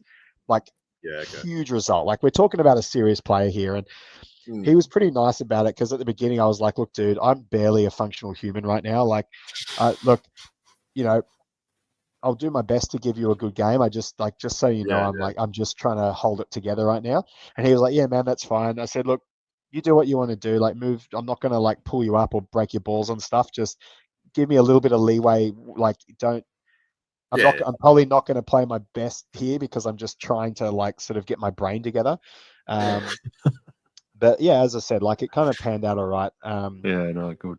You know, and you know what? It was one of the good things was, and like I kind of think that this is kind of an issue with the rules in a way, is that like they kind of overcomplicated certain things. Like, you know, there were points in the game where like obviously with skirmishes, you know how like to shoot with skirmishes, you need to line them all up so they've all got individual line of sight. I just said to Chris, I'm like, look, I can spend 5 minutes moving all these skinks into an exact position, which I can do. It's not like it's not that they can't do it. It's just that I don't have the brain capacity. Are you happy for me to just put them where they're supposed to be? And we say that they've got line of sight, and he's like, yep, that's fine. And I did the same with his stuff. So it was like, it was going both ways, but I was just like, great. That way I'm just not wasting time on stupid stuff that isn't, you know what I mean? And like, you know, if the opponent wants to like go and look at all those little millimeter by millimeter things, I'm happy to play that way. It's just that like, it's like, I don't want to do that. It's like the morning, I'm tired. I've like, you know, I've got a headache. I just want to play a game and not have to think about these minute details. So, so that was fine. But I did say to him at the beginning, I said, look, I don't know how you feel about this matchup. I'm like, I'm quite comfortable. If you want to have a 10-10 on this, I'll go and sleep on a couch for 3 hours and then come back. And he goes, well, it's kind of my job as the team captain to score a lot of points here. So I'm going to need to try and take you to the cleaners on this. And I'm like, that's fair enough. So I was very much hoping that he might have just been like, mate, give me a 20. You can just go for a nap right now. No, I wasn't going to offer him a 20. I was like, I'd rather sit there and be a corpse. I'd rather sit there and be a corpse and like just roll some dice. Yeah, no. 15. No, because like here's the other thing. Like I don't want to, like, you know, people are there to play Warhammer games. They are. Yeah, you're so, absolutely right. So I'm not. Right. I was certainly not going to forfeit a game. No way. And I wouldn't do that. And like it was more just like if he felt, and he's too smart for this. So I thought, if he felt that like, you know what, this could be a tough game. Like, you know, this is a hard matchup for me. I might be better off taking a 10, but no, he's too smart for that. He knew he was gonna have a pretty good matchup on his hands. So he he very smartly just was like, no, I need to play this game. I'm like, yeah, that's fair. So anyway, so that was that. Got through the game. The most important thing is I was alive and feeling quite a lot better at the end of the game. So that was nice. Yeah, that was a good thing. Rejuvenated. Yeah. Rejuvenated for the final round.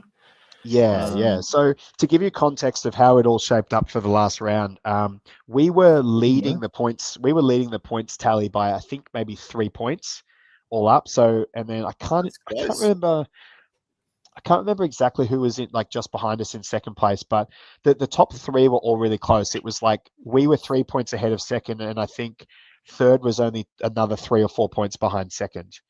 As in battle points, this is mainly? Yeah, like the overall battle points. Yeah. Right, So it was very, very tight. And like that meant that we needed for us to, I suppose, guarantee that we could be the top battle point scoring team, would revolve around us really. Pretty much we were like, well, the only way to guarantee that is to cap the next round. So to get the maximum score, which would be 40, and that would mean it would be like our lead would be unassailable. But the concern would be if we dropped a few points and sort of maybe got a 30, like a 35 or something like that, it would open the door. If another team got a big win, then they could jump ahead of us. So we were pretty keen to finish off strong, and we came up against the Lone Snakes, which was Ben, Jay, and Paddy. And you guys have had Paddy on the show before. We have. Yep, she's been performing very well at tournaments over the last She year has and a half been. or so. Well, she's a top player in Australia. I didn't realize she's that up until the end of the game, because I really haven't looked at the rankings. But well, maybe that was a good thing, because I might have. I think it was actually. Yeah, I might have psyched spooked myself. myself. Yeah. I mean, look, no. To be fair, I knew play a bit she of was- Warhammer. Don't worry. I knew she was up there. Like, it wouldn't have. Yeah, that wouldn't okay. have made any difference. And I've played Paddy before, so it's not. Yeah. Like, I know what I'm up for with playing against Paddy, so I know that Well, I'm she's going lovely to get a. to play. Oh, yeah. Like you wouldn't feel like you're up against like a still hyper competitive player either. Like Not at all. No. For me, it was more like I've played Paddy 3 or 4 times probably, and she really knows what she's doing. She always takes lists that are a bit unusual, like stuff that's like she doesn't typically rock up with like a meta list. It's usually something a bit off the wall. So okay. So I'm giving it away again. I did play Paddy, but basically here's how the matchups work. So Paddy had Chaos Dwarves, and this was a Sorcerer Prophet on a Lamassu. So this is like a level 4 wizard flying around on a monster and did a bunch of stuff that I had never seen before. Then there was like a BSB that was carrying this banner that gave the whole whatever unit the BSB was in got like a 5+ ward save against shooting, and there was some other benefits as well. Then there was 27 Infernal Guard with blunderbusses, so like big rock solid unit that was very hard to shoot. Yeah, really hard to shoot off because it had like the ward save up. And then there were 2 of these Iron Demons, which were like, these big, it's like a tractor with guns on it or something. Steam tank, basically. Yeah, same sort. Yeah, it's like a Chaos Dwarf steam tank, but these things are super tough. It's like toughness 7 with like a 3+ armor save, and like they dish out quite a lot of damage on shooting because you roll like 2 artillery dice, and then you get that many. Gun, pretty much. Yeah, it's like that many strength 5 shots at like -1 or -2 to like armor and stuff. It's really good. And then there was a couple of war machines. There was the Dreadquake Mortar and a Bolt Thrower. So to give an idea of like the way I'd assessed this list prior to the event was I'd looked at this and gone, I think I'm probably landing somewhere between 5 to 10 points in this matchup. Like I'm probably going to lose, but maybe if I play really well, I might get a 10 out of it. And then the other 2 were like, in fact, this was a 3 really tough matchups, to be honest, because there was a Bretonnian Exiles list, which had pretty much the same as every other Bretonnian Exiles list in it. So lots of flying Pegasus Knights and all that stuff. And then there was a Vampire list, which had a big unit of the Blood Knights, a big unit of the Graveguard, like, stuff that could do a lot of damage and not give away a lot of points. And the way that the matchups worked out was, how did it pan out? I think Jamie with his Bretonnians took on the Vampire army, and Acta with the Tomb Kings took on the Bretonnia army. And so obviously we were pretty keen to cap this round. So I'm like, right, I need to figure out how to get because like when you look at when you look at Paddy's list, it's like, how do you get points out of any of this stuff? And to give you an idea, you know how I'd lost 20-0 to Alex Treble the day before? Paddy had just beaten Alex Treble like 18-2 in the round 4. So it was like, oh my goodness, like this is, So anyway, I'm thinking, God, these Iron Demons, I'm probably not getting points out of them. I'm probably not really, like able to kill that big unit of the Dwarves with the ward save. And the thing is, if I commit to trying to kill it, like if I throw my army forward, or if I get a bit too enthusiastic about trying to get points out of those things, she's just going to absorb all the damage, and then I'm just going to lose half my army. So what I did was I kind of did what I'd done in a couple of matchups where I put some stuff in the left corner, put a few chaffy things like off to the right just to try and distract her a little bit. The way it panned out was that she kind of went a bit more to the left with her deployment than she it kind of meant that she had to come across a bigger part of the board to get to me, which Yeah. kind of probably bought me a little bit more time. But she sent the Sorcerer Prophet up on its own with the Lamassu, like pretty much from turn 1. And I'm Yeah. thinking like, oh man, like I can't let this thing, I have to play tight, because otherwise if that thing gets in behind me, that's like a big problem for me. Or if it starts to, like, that thing can easily take off like any of my little chaff units, right? Yeah. Now, it didn't help that on turn 1, she landed the Dreadcrake Mortar landed a shot on one of my Stegodons and rolled 6 wounds and killed my Stegodon in like the first go. So that was just like, ooh, I've already lost one of my like combat pieces. Yeah, it's like one of the few Yeah. D6 wounds you actually get. Yeah, I was noting that Yeah. actually, because it's like everything else I've seen seems to be like D3 or D3+1 or something. Yeah. So yeah, so that was like not a great start to the game. And then the Prophet goes up like in front of me, and I'm like, okay, well I could charge it with a Stegodon, which isn't the worst result, because it's not like, it's a monster, but it's actually not as tough as some of the other stuff that's out there. Yeah. But then because she'd moved it up so close, it meant that, it meant that I couldn't get the impact hits because I'd be too close. You know, you've got to charge from like, is it like 3 inches or something? Yeah. So I couldn't get the impact hits. So I was like, oh, all that's going to happen here is I'm going to charge in. And she had a spell that she'd gotten off, which made it like -1 to hit in combat. So I'm like, oh my God, this is just going to be really hard to get any damage on. Yeah. So then I'm like, yeah, so I had to hold off, and I sort of marched some stuff away from the Lamassu. So I'm like, okay, well, because if I charge in and lose the combat, the Lamassu, I either get like nudged back or get broken, and then the Lamassu can just reform and charge in her turn. And then she can charge whatever she wants. Like she could charge the Slad or charge whatever. Yeah. So anyway, so I decided not to charge, but I kind of offered up the Saurus. Like I reformed them. I had them in marching column because I was like, well, depending on where she commits to, I can march them up the flank and just kind of keep them out of the way. Yeah. But I ended up reforming them and just sitting them there and going, all right, well, you can charge the Saurus. And she did that and didn't really damage them too much. And they managed to, like, you know, they just held on. Yeah, right. And what that allowed me to do was I was able to then, I don't know if you've got a picture of the following turn, but I was able to, I think so. I think it was maybe a turn or two after that. Yeah, But, okay. yeah. There was kind of a crucial thing. Hang on, just give me 1 second. I was going to put my nose again. Sorry. No, you're right. Yeah, I don't think Lamassus, they're not that great in combat. They're really good against certain things. So like I think they take away being able to use a magic weapon against you, and possibly magic res 3 or something. So a bit like anti-magic, but yeah, the Sorcerer Prophet I think has only got 3 attacks. Then Lamassu might have like 2 attacks or something. Like they're not a powerhouse in combat. They're not super scary. So hitting them up by herself. It's a level 4 still. So I mean, like you can still have other stuff, and It was more, my biggest concern was not so much the Lamassu doing a lot of damage. It was more the Lamassu and the fact that the wizard was there and all that. It was more that if it I had to deal with it, right? If I don't deal with it, then it could do whatever it wants. And I'm like, well, now I've got to commit quite a lot of resources to handle this thing. And whilst that's going on, the rest of her army is slowly marching across the table at me. And if it could take, who knows, it could take a few turns to deal with this thing. And then I'm having then I've got the rest of her army in my face, and I'm probably done at that point. Like I can't, it's going to be really hard to sort of do what I want to do and control the game that way. So it wasn't necessarily about like, oh, the Lamassu is really, really good. It's more just that like she put me in a position where I had no choice but to focus a lot of stuff to try and get rid of it.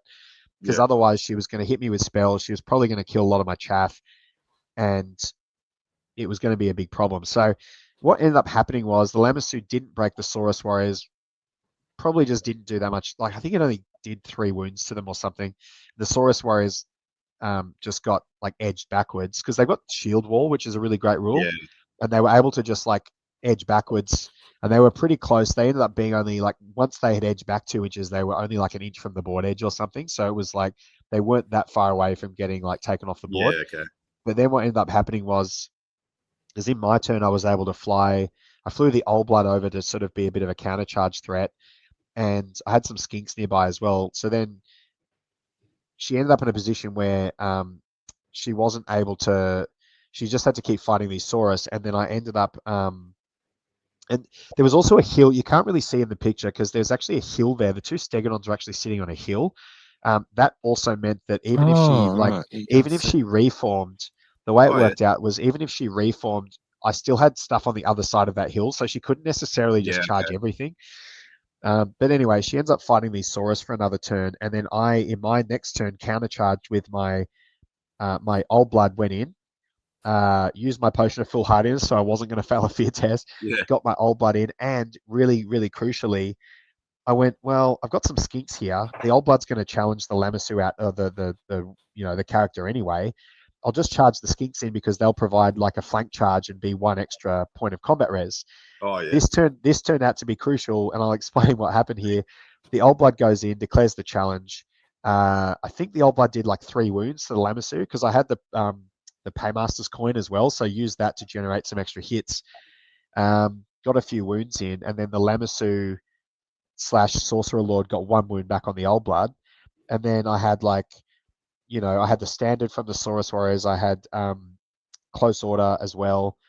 She had her Close Order bonus too, but really crucially, the Skinks had the flank charge, and because they were on the hill, and because the Lamassu was right next to the hill, the Skink unit was on the hill, I had the hill bonus. Yeah. Okay. And so I won the I think I won the combat by 4. Amazing. And she failed the failed the modified leadership test by 1. Yeah. The hill bonus got me the result, and I hadn't quite planned it this way, but it turned out to be like this is the way it worked out. Because the Skinks had a higher unit strength than anything else, she had to flee from the Skinks, which was fall back in good order. This is so she had to fall back in good order. And where do you think she fell back? Away from the Skinks, which was off the board. So my goodness. yeah. It's a huge moment. Supreme generalship there, Alex. Well, it's all part of the plan. I don't use the phrase "world's best Warhammer player" very often, but I might be world's best Warhammer player. No. So pretty much, look, I mean, the plan was sound in that sense. Like I made the right choices of what to do, but it was more like after I'd made the choices, I was like, oh, hang on, there's like this extra benefit out of this that I hadn't quite planned for, and then that ended up being quite an important benefit. I mean, in hindsight, and I can't remember exactly how many Saurus Warriors were left at this point. I think I may have had enough models to double the unit strength. You know, if you have more than double their unit strength, I think I may have had enough models for that thing anyway. But like, I'm not sure if that really made any difference here. But my point being was that that was really important because all of a sudden she's lost like how many points was that model? That was like a 430 point model with 100 points on top for the general. So I've just got 500 points out of nowhere, really. And then after that, I was like, well, okay. So because now that had happened, I'm thinking, okay, I've just like got these points. Pretty much at this stage, I had a decision. It was either like her magic defense is gone, so now I can I could hammer those Infernal Guard with like magic missiles now for the rest of the game and whittle them down and then throw some javelins at them and maybe even shoot them with a giant bow or whatever. And I'm thinking they've still got a 5+ ward save. There's heaps of them. And if I'm doing that to them, like if I'm getting close enough with like certain units, they're just going to end up like, they're just going to score points off me as well. And then the Iron Demons were still there. And those things are, they were next to the unit, weren't they? Yeah, they were all, the 3 units were all together. Yeah. And she had drilled on the Infernal Guard as well. Oh, whoops. Sorry, my volume thing. She had drilled on the Infernal Guard, so they could just march up in marching column and then declare charges and change their thing, or they could just swap and go into like a long line and get like lots of shooting at me. You know what I mean? So it was one of these things where I'm just like, in theory, I could kill that unit, but it would take a lot, and then I would be probably handing back some of my points to even do that. So I'm like, I think the best play now that I'm ahead. I've got like 500 victory points on the board now. I just need to like give her nothing. Just literally not give her a single, like if I can just avoid giving her any points now, then I've got this. And that's basically what I did. I just kind of ran everything around, and like I obviously had like a advantage now with maneuverability. Now that the only flying thing that she had was gone, I was basically just running around. Like I ended up actually scoring a few extra points because a unit of skinks went all the way up a flank, and then just a couple of rounds of poison shooting at the big war machine killed it. Oh yeah. And then a Stegodon went up the other flank and then charged the bolt thrower, and it failed the terror test and went off the board. So that was a few extra bonus victory points. And to be honest, this is one of those games where it was such a great game. Right at the end, the result came down to two individual things happening, pretty much. It was very, very close. We both knew it was going to be tight. We both knew that we had to scrap for everything. She managed to get the blunderbusses enough in range to shoot off my temple guard, and I passed just enough saves for one of them to be left, like one temple guard, and then he just ran the hell away and got out of range, and like was able to get out of range so that she couldn't shoot against me in the last turn. And then the slan flew away. I just gave up on magic in the last turn and just flew the slan away so that nothing could shoot at it. And then on the other kind of side of the board, there was basically the two Iron Demons both trying to kill the Bastildons with their shots, because their shots are strength 5 and the Bastildons are like toughness 5 with 4 wounds. So there was a pretty decent chance she was going to be able to get points out of me there. She did get one Bastildon, but then both Iron Demons in the final turn both shot at the final Bastildon, and it was like 4 artillery dice worth of shots going at this Bastildon. And right at the end, there was like, I think I needed to pass 3 out of 4 saves at the end. I passed the 3 saves out of 4, and it survived on 1 wound. It survived on 1 wound. So I had 1 temple guard by himself in one corner of the board and a Bastildon on 1 wound in the other corner of the board, and that was enough to get an 11-9 win. And this is a matchup where I thought, I'm probably looking at like maybe 5 to 10 points being my best possible result, and I ended up getting the 11. And what that meant was that with the results, because Jamie and Acta both won their rounds, so that got enough points for us just to get the cap. So we just hit the maximum result. Yeah, so I was really stoked. I got to say, this was my favorite game for the whole weekend, just because we both knew it was going to be really tight. And Paddy's a great player. Like, as I said, she's done very, very well on the tournament scene over the last couple of years, really. And it was a matchup that I really didn't think was going to be a good one for me. But yeah, it just sort of managed to just get ahead. It felt a little bit like when I don't know, like a football analogy where a team scores a goal that they sort of got like a bit of a counter-attack goal, and then they kind of managed to defend for the rest of the game and win 1-0. It sort of felt a bit that way. It was like, okay, like I've got some points. I just need to like not give her any points now, and we're in a good spot. So that was basically how that went. So got the 11-9 win, and the other two both got pretty good wins out of it. I think, I can't remember exactly, but they both got like decent size wins, and that got us to the 40 point cap. So we ended up finishing as we got like a nice little flag, like a little award thing for we were the top team on the, like, according to points, battle points scoring, which was great. So that was nice.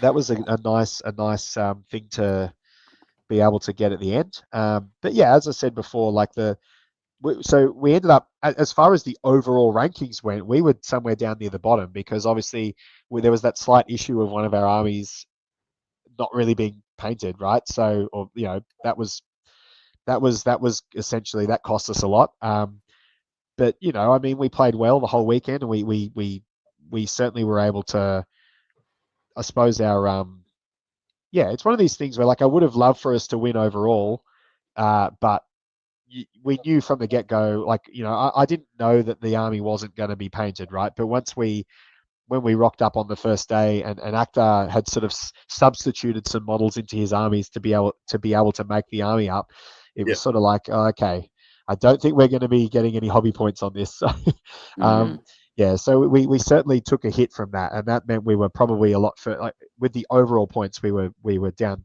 a lot further down than what we were on battle points alone.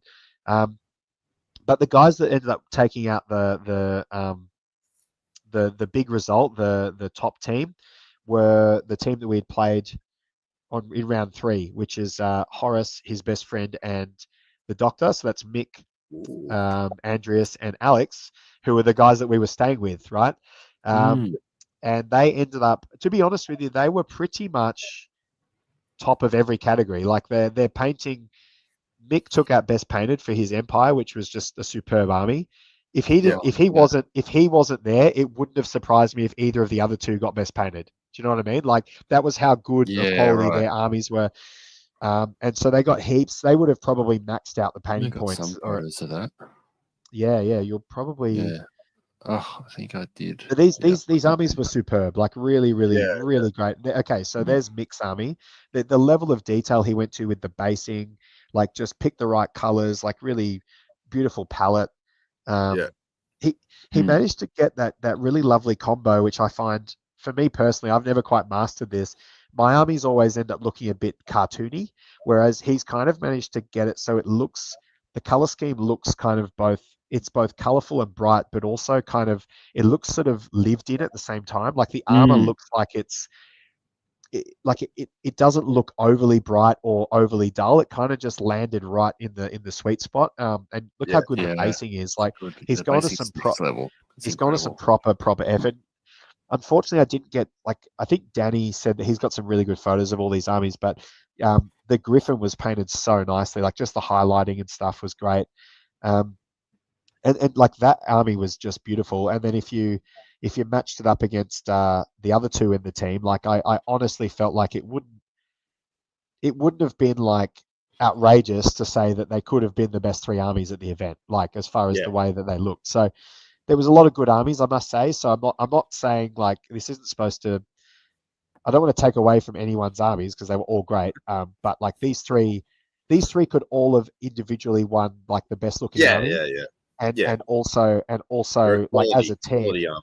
Oh yeah, it was so good. So like given it was an event that had like obviously a big focus on that, like they well and truly deserved it. And sportsmanship wise, like I think a lot of people, I think we voted them as our favorite team to play against because they were it was a great round. And I'm pretty sure they would have gotten votes from everybody, to be honest. Like I know those guys pretty well. Like Mick and Alex, I've known them for 10 or 15 years, those two. And Andreas I haven't known as long, but like he's a top bloke as well. So it's kind of just like, if you look at across the entire event and you look at all the categories that we were being scored on, they were clearly the guys that were best at all 3 of those things. So so well done. That's like very happy for them. And as I said, like I'm pleased with what we achieved. We did really well at our games, and I was just pumped that I got my army painted and got it on the table. And I was, and you know what? Like as I said, it looks good, man. My concern going into it was that I was going to maybe be a bit of a liability with, I was maybe going to like not perform that well or whatever. But I actually ended up winning 3 out of my 5 games with an army that I think a lot of people would have. I'm like, you know what? Like, it was just more like, I just think that was, I often say if I'm going to run an army like that, I'm usually happy just to win half my games because that just, but like it was good. 3 out of 5 was excellent. And also the two games I lost were the ones where there were better matchups in like that like potentially could have gotten paired into, but like it was just came down to like we've got to throw someone under the bus. And I was like, look, my army's kind of built to like be able to try and move around the board, and that I've probably got a better, I've got like a decent opportunity to try and minimize the loss while their armies are meant to maximize the win, right? So it's like that's kind of we knew going into the event that we were going to have to make those decisions, and we did that. So I'm not upset about any of that. It was just as I said, if anything, I was just really pleased, really pleased. Like to win 3 out of my 5 games, and I don't think on paper, I don't think my list would be particularly. I don't think anyone's looking at that list and thinking it would have been one of the stronger armies, or not at all.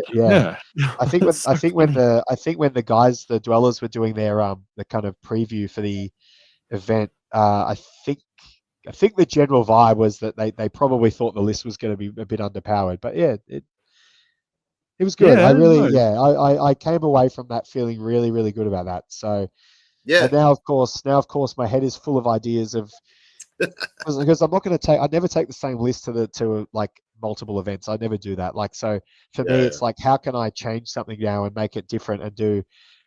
And I've come up with some fun ideas for like next time I do an Old World event. Like I probably would take the Lizardman again, and I've got a couple of ideas in my head that I think could work. So I guess we'll see.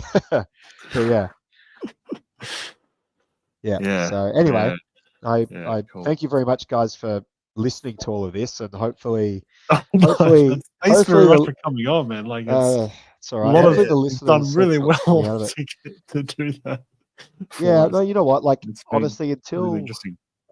until like was it this morning? I think I said to you guys, I don't think I can make it onto this show because I don't think I No, can even talk. last night when I was there, when I No, stopped you're by, I was Yeah, because you saw me. big weekend. Coming home. We got the kids. It was super croaky.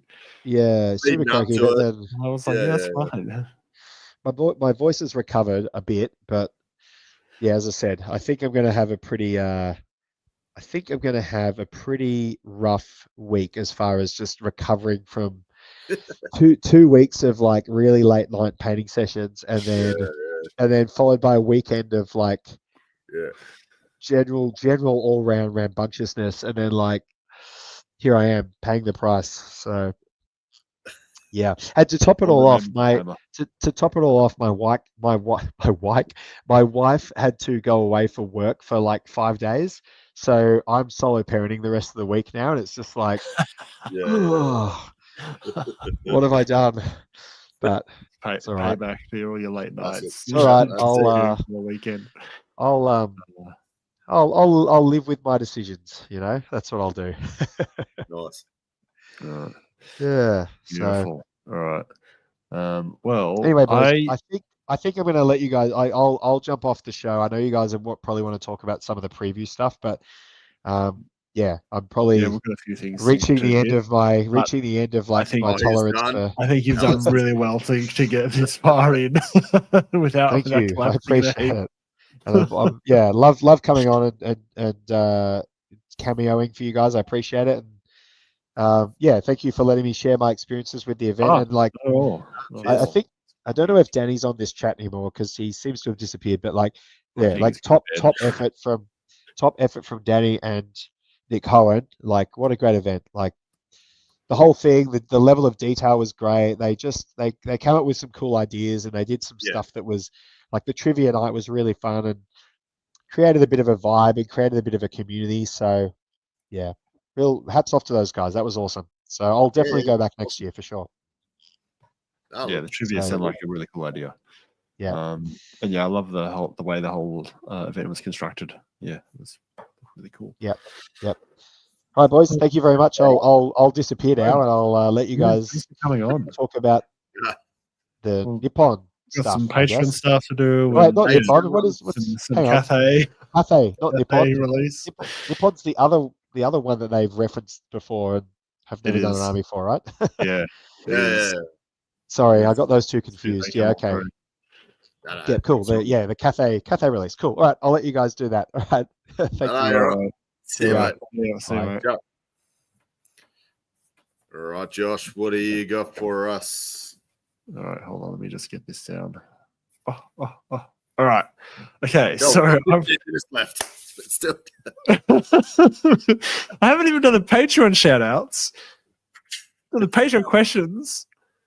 Then we're going to try to hit this Cathay stuff. Let's go. I don't know that I'm going to. I had a bit of hobby, but I don't think I'll worry with it. We've got quite a few Patreon questions I've got to hit. Yeah, that's it. We painted some stuff. That's all you got to. Yeah. I went nuts with the terrain. Oh, you got pictures. Josh has got pictures as well. I got pictures every week. It's just smash it out. I'm going to do the Patreon shout-outs. That's the that's the highest priority. Patreon shout-outs. These guys support us every week. You know, it's really important for us. Keeps the channel going pretty much. So here we go. Supporters of the podcast. I'm reading from a slightly different list than Gomo does, by the way. So I read from the list on the website. He leads in some other list that's in the Patreon, and I'm like, why are these lists different? I don't know, but I'm hitting this list. So For this, here we go. Sorry, the first up. So we got Z, we got Maddie, Firebird7137, being his old AOL username. Mark Clanley, hey Mark, you're on the chat. Peter Holman, Boss Grand, Matt Hinton, the Old Warrior blog, Warhammer the Old World, Silver Dave, anyway, Sporadic Sanity, Mark, Nick, Grand Vendor Bosch. Can you not tell that I'm Gomo just like rattles these off like he's just almost like it's a song.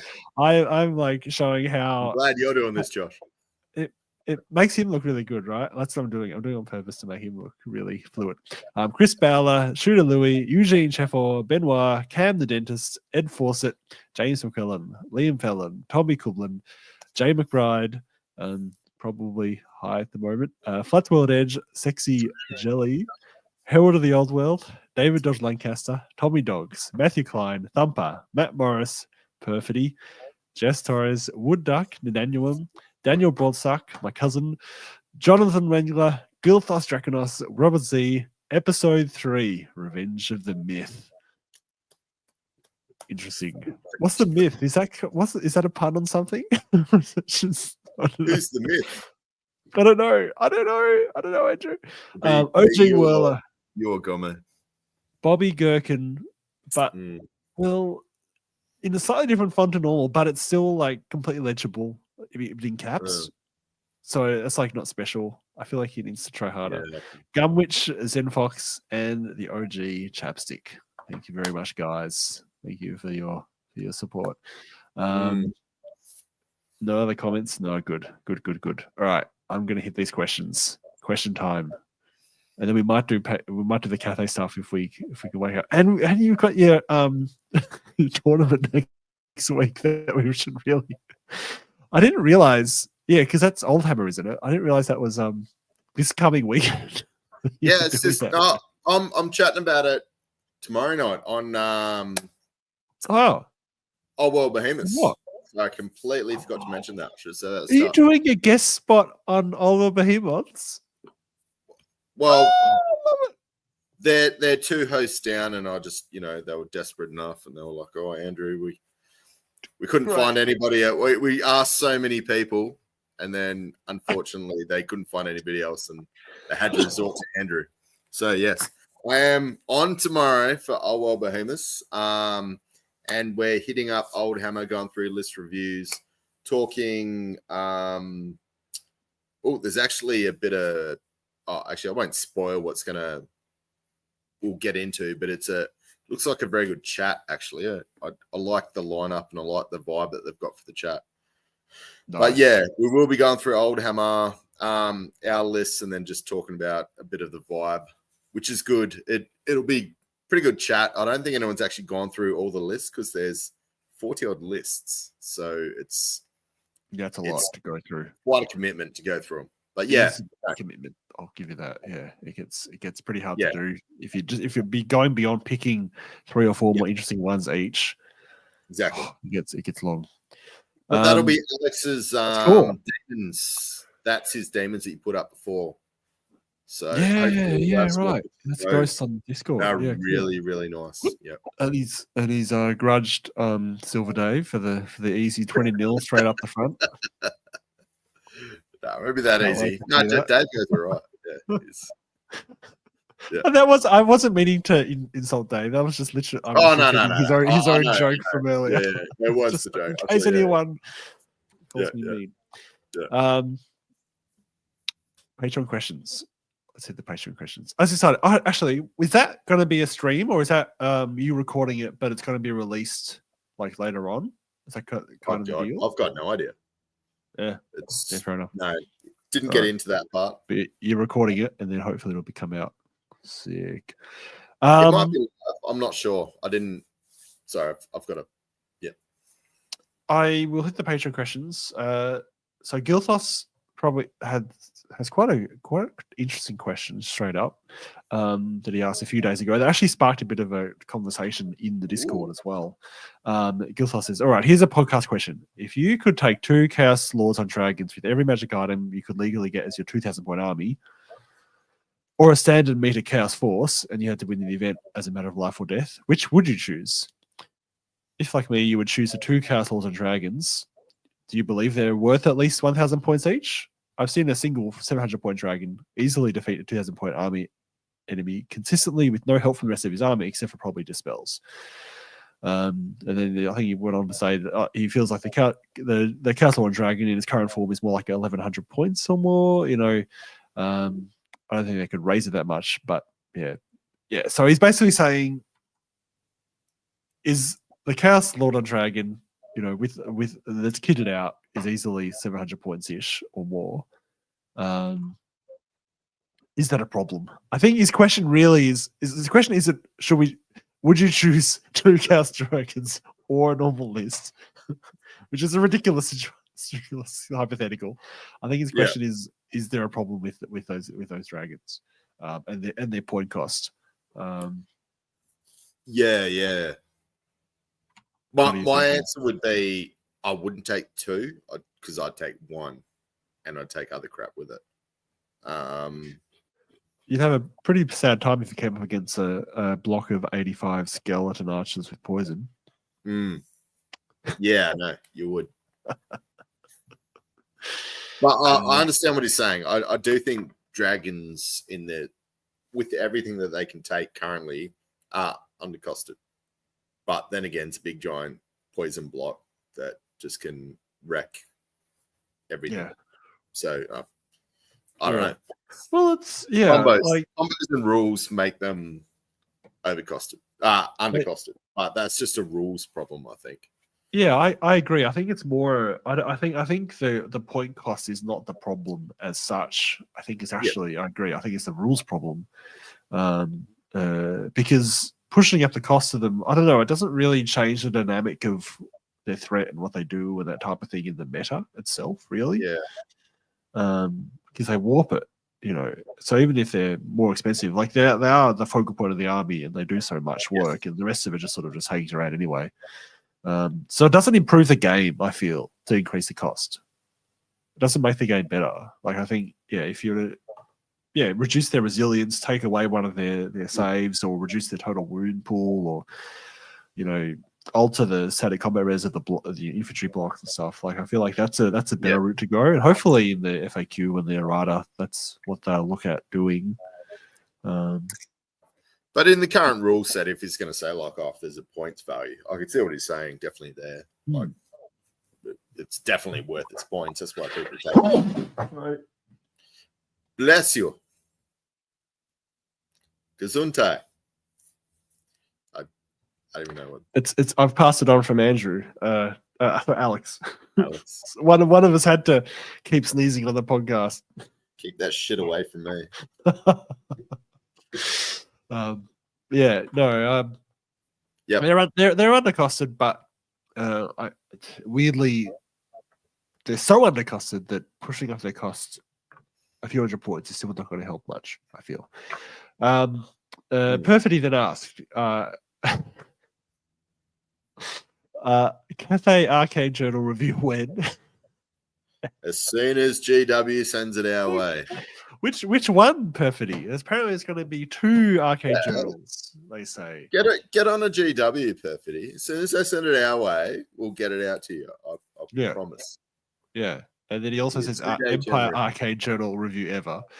We'll promise we'll get the Cathay Arcade Journal out before the Empire one, because we love Cathay so much more than Empire, apparently. Yes. And then he asked another a vague question that I don't know really the answer to, and I asked him, do you really want us to answer this? Because I'm pretty sure none of us will know. And he's like, yes, please answer this question, even though Gomo's not there. I asked him about a slow grow following the Cathay release, and Gomo replied, yeah, that sounds cool. Would you be open to helping organize and run it a little? Could you outline a bit about what that would involve? What? Hang on.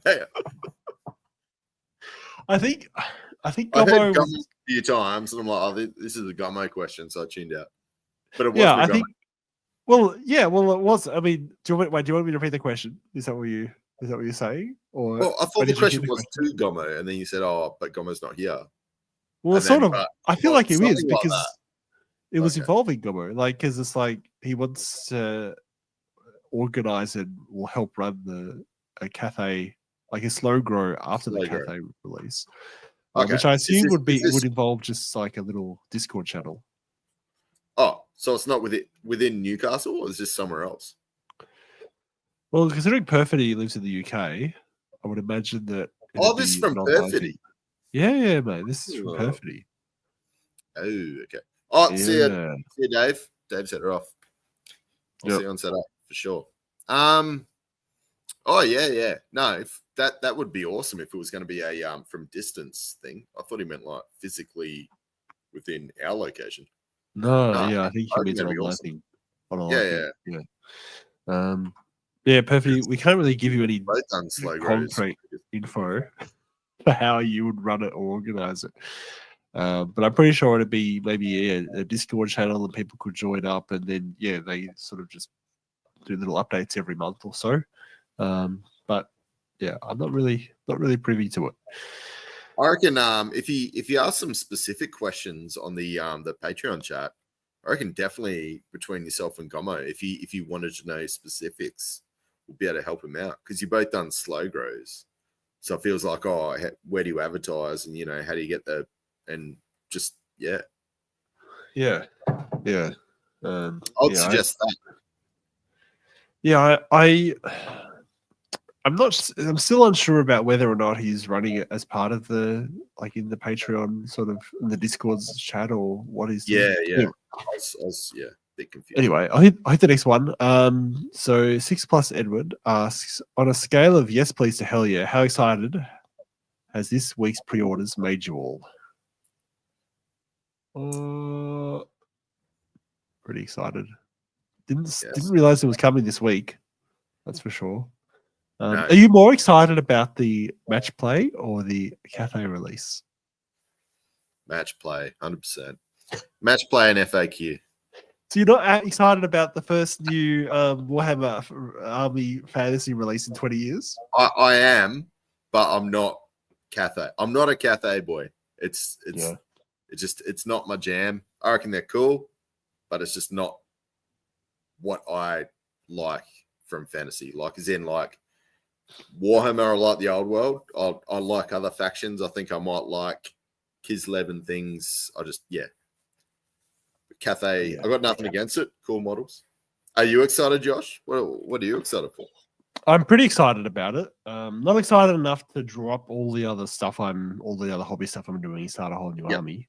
But looking at those pretty minis, it does fill me with a sense of satisfaction.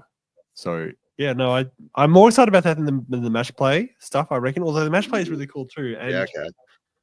It's just that it is such a really nicely designed army, and I love the aesthetic of it, to be quite honest. But yeah, I'm intrigued to see what's in the match play, Doc. Yeah. I have a little bit of trepidation about what might or might not be in there in terms of, I don't know, terrain placement rules and how they structure these scenarios, because they've so many of the scenarios that they've put out in the Arcane Journals have been really hit and miss. So it'll be interesting to see what transpires in that regard. And then we've probably got the FAQ and the errata coming around that time too, I would imagine. And then that's something I've got a lot of hope for. Well, you're talking about, like, as well, just like from my perspective, I think, because you're like, Cathay is the first new army release in 20 odd years, but like I haven't seen proper match play really, like within like a big scale book with how, I suppose, how well our world is going, having a match playbook coming out, and almost like the rules are getting updated quite regularly. That's why I'm very interested to see what they actually come out with. Are they listening to the community, or are they just doing their own thing? I don't know. It's just, to me, this is almost going to be like their defining moment of how they see match play. You're right. Yeah, it could go really good. Well, it could be really bad. I will just quickly throw up the Cathay stuff. That's why I'm excited. Because I will hit that. just briefly, yeah, we got the armies, like the armies of Grand Cathay, so the Arcane Journal, which apparently, is just the first one. So I'd imagine there's an Armies of Infamy, like a normal Arcane Journal. So it makes sense to structure it like that. So you got an army book that normally would have been in the Forces of Fantasy type thing. And they seem to be reasonably well priced, these books. I imagine it's going to be soft cover. Oh, yeah. So soft what are back, they? 40 something Australian, I think, what, 20 something pound, I'm guessing? Yeah. In the UK. Yeah. Yeah, which is fairly reasonable. And then we got the battalion, which I think the price release has come out and it's ended up being the same price as the other previous battalion releases of the re-releases of the really old models. Yeah. Which I don't know. I wasn't expecting that. Like, were you expecting them to price it the same as the other battalions? Like, there's a fair bit of stuff in here. No, there's 30 Jade Warriors, 10 Lancers, two War Machines, the Grand Cannons, all your transfers and that type of thing. They're just suckering us in. I'll just wait till we're in, and then later on the other releases, they'll be like 40k. Like, Custodes a lot, super expensive. Yeah. But no, I reckon it's good. It's good that it's not outpricing people, I suppose. Yeah, I'm honestly surprised that the battalion wasn't, but you're right. They could be suckering us all in for sure. Yeah. Because we got the Shungenjin Lord on the Great Spirit Longma there. He's coming out. The Gate Masters on the Celestial Cities are out, and the massive Sky Lantern. That thing is just waiting to be knocked over. I feel like looking at it, it's so pendulous. Oh, they never learn. Yep. They never learn. Sentinel. And then we got some dice.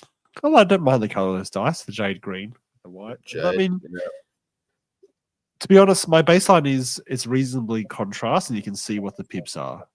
Yeah. If you tick that box, you can have whatever color you want, in my opinion. And then the match play guide, which we don't really know what's in it. Excited to find out. Apparently, Andrew is far more excited about that than the. Just that and the FAQ. The cafe. I just want to see it as a combo. And hopefully how Cathay. I'm guessing it might be altering. They do tend to alter rules towards, maybe the direction that they're heading, which I hope is going to be an infantry focus. Sorry, I'm doing a lot of hands. Yeah.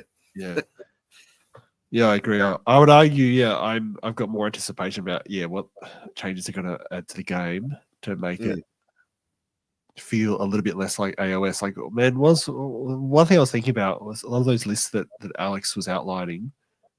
There was a lot of skirmishing, zippy miniatures, and not many block troops going on. Too many blocks. Yeah.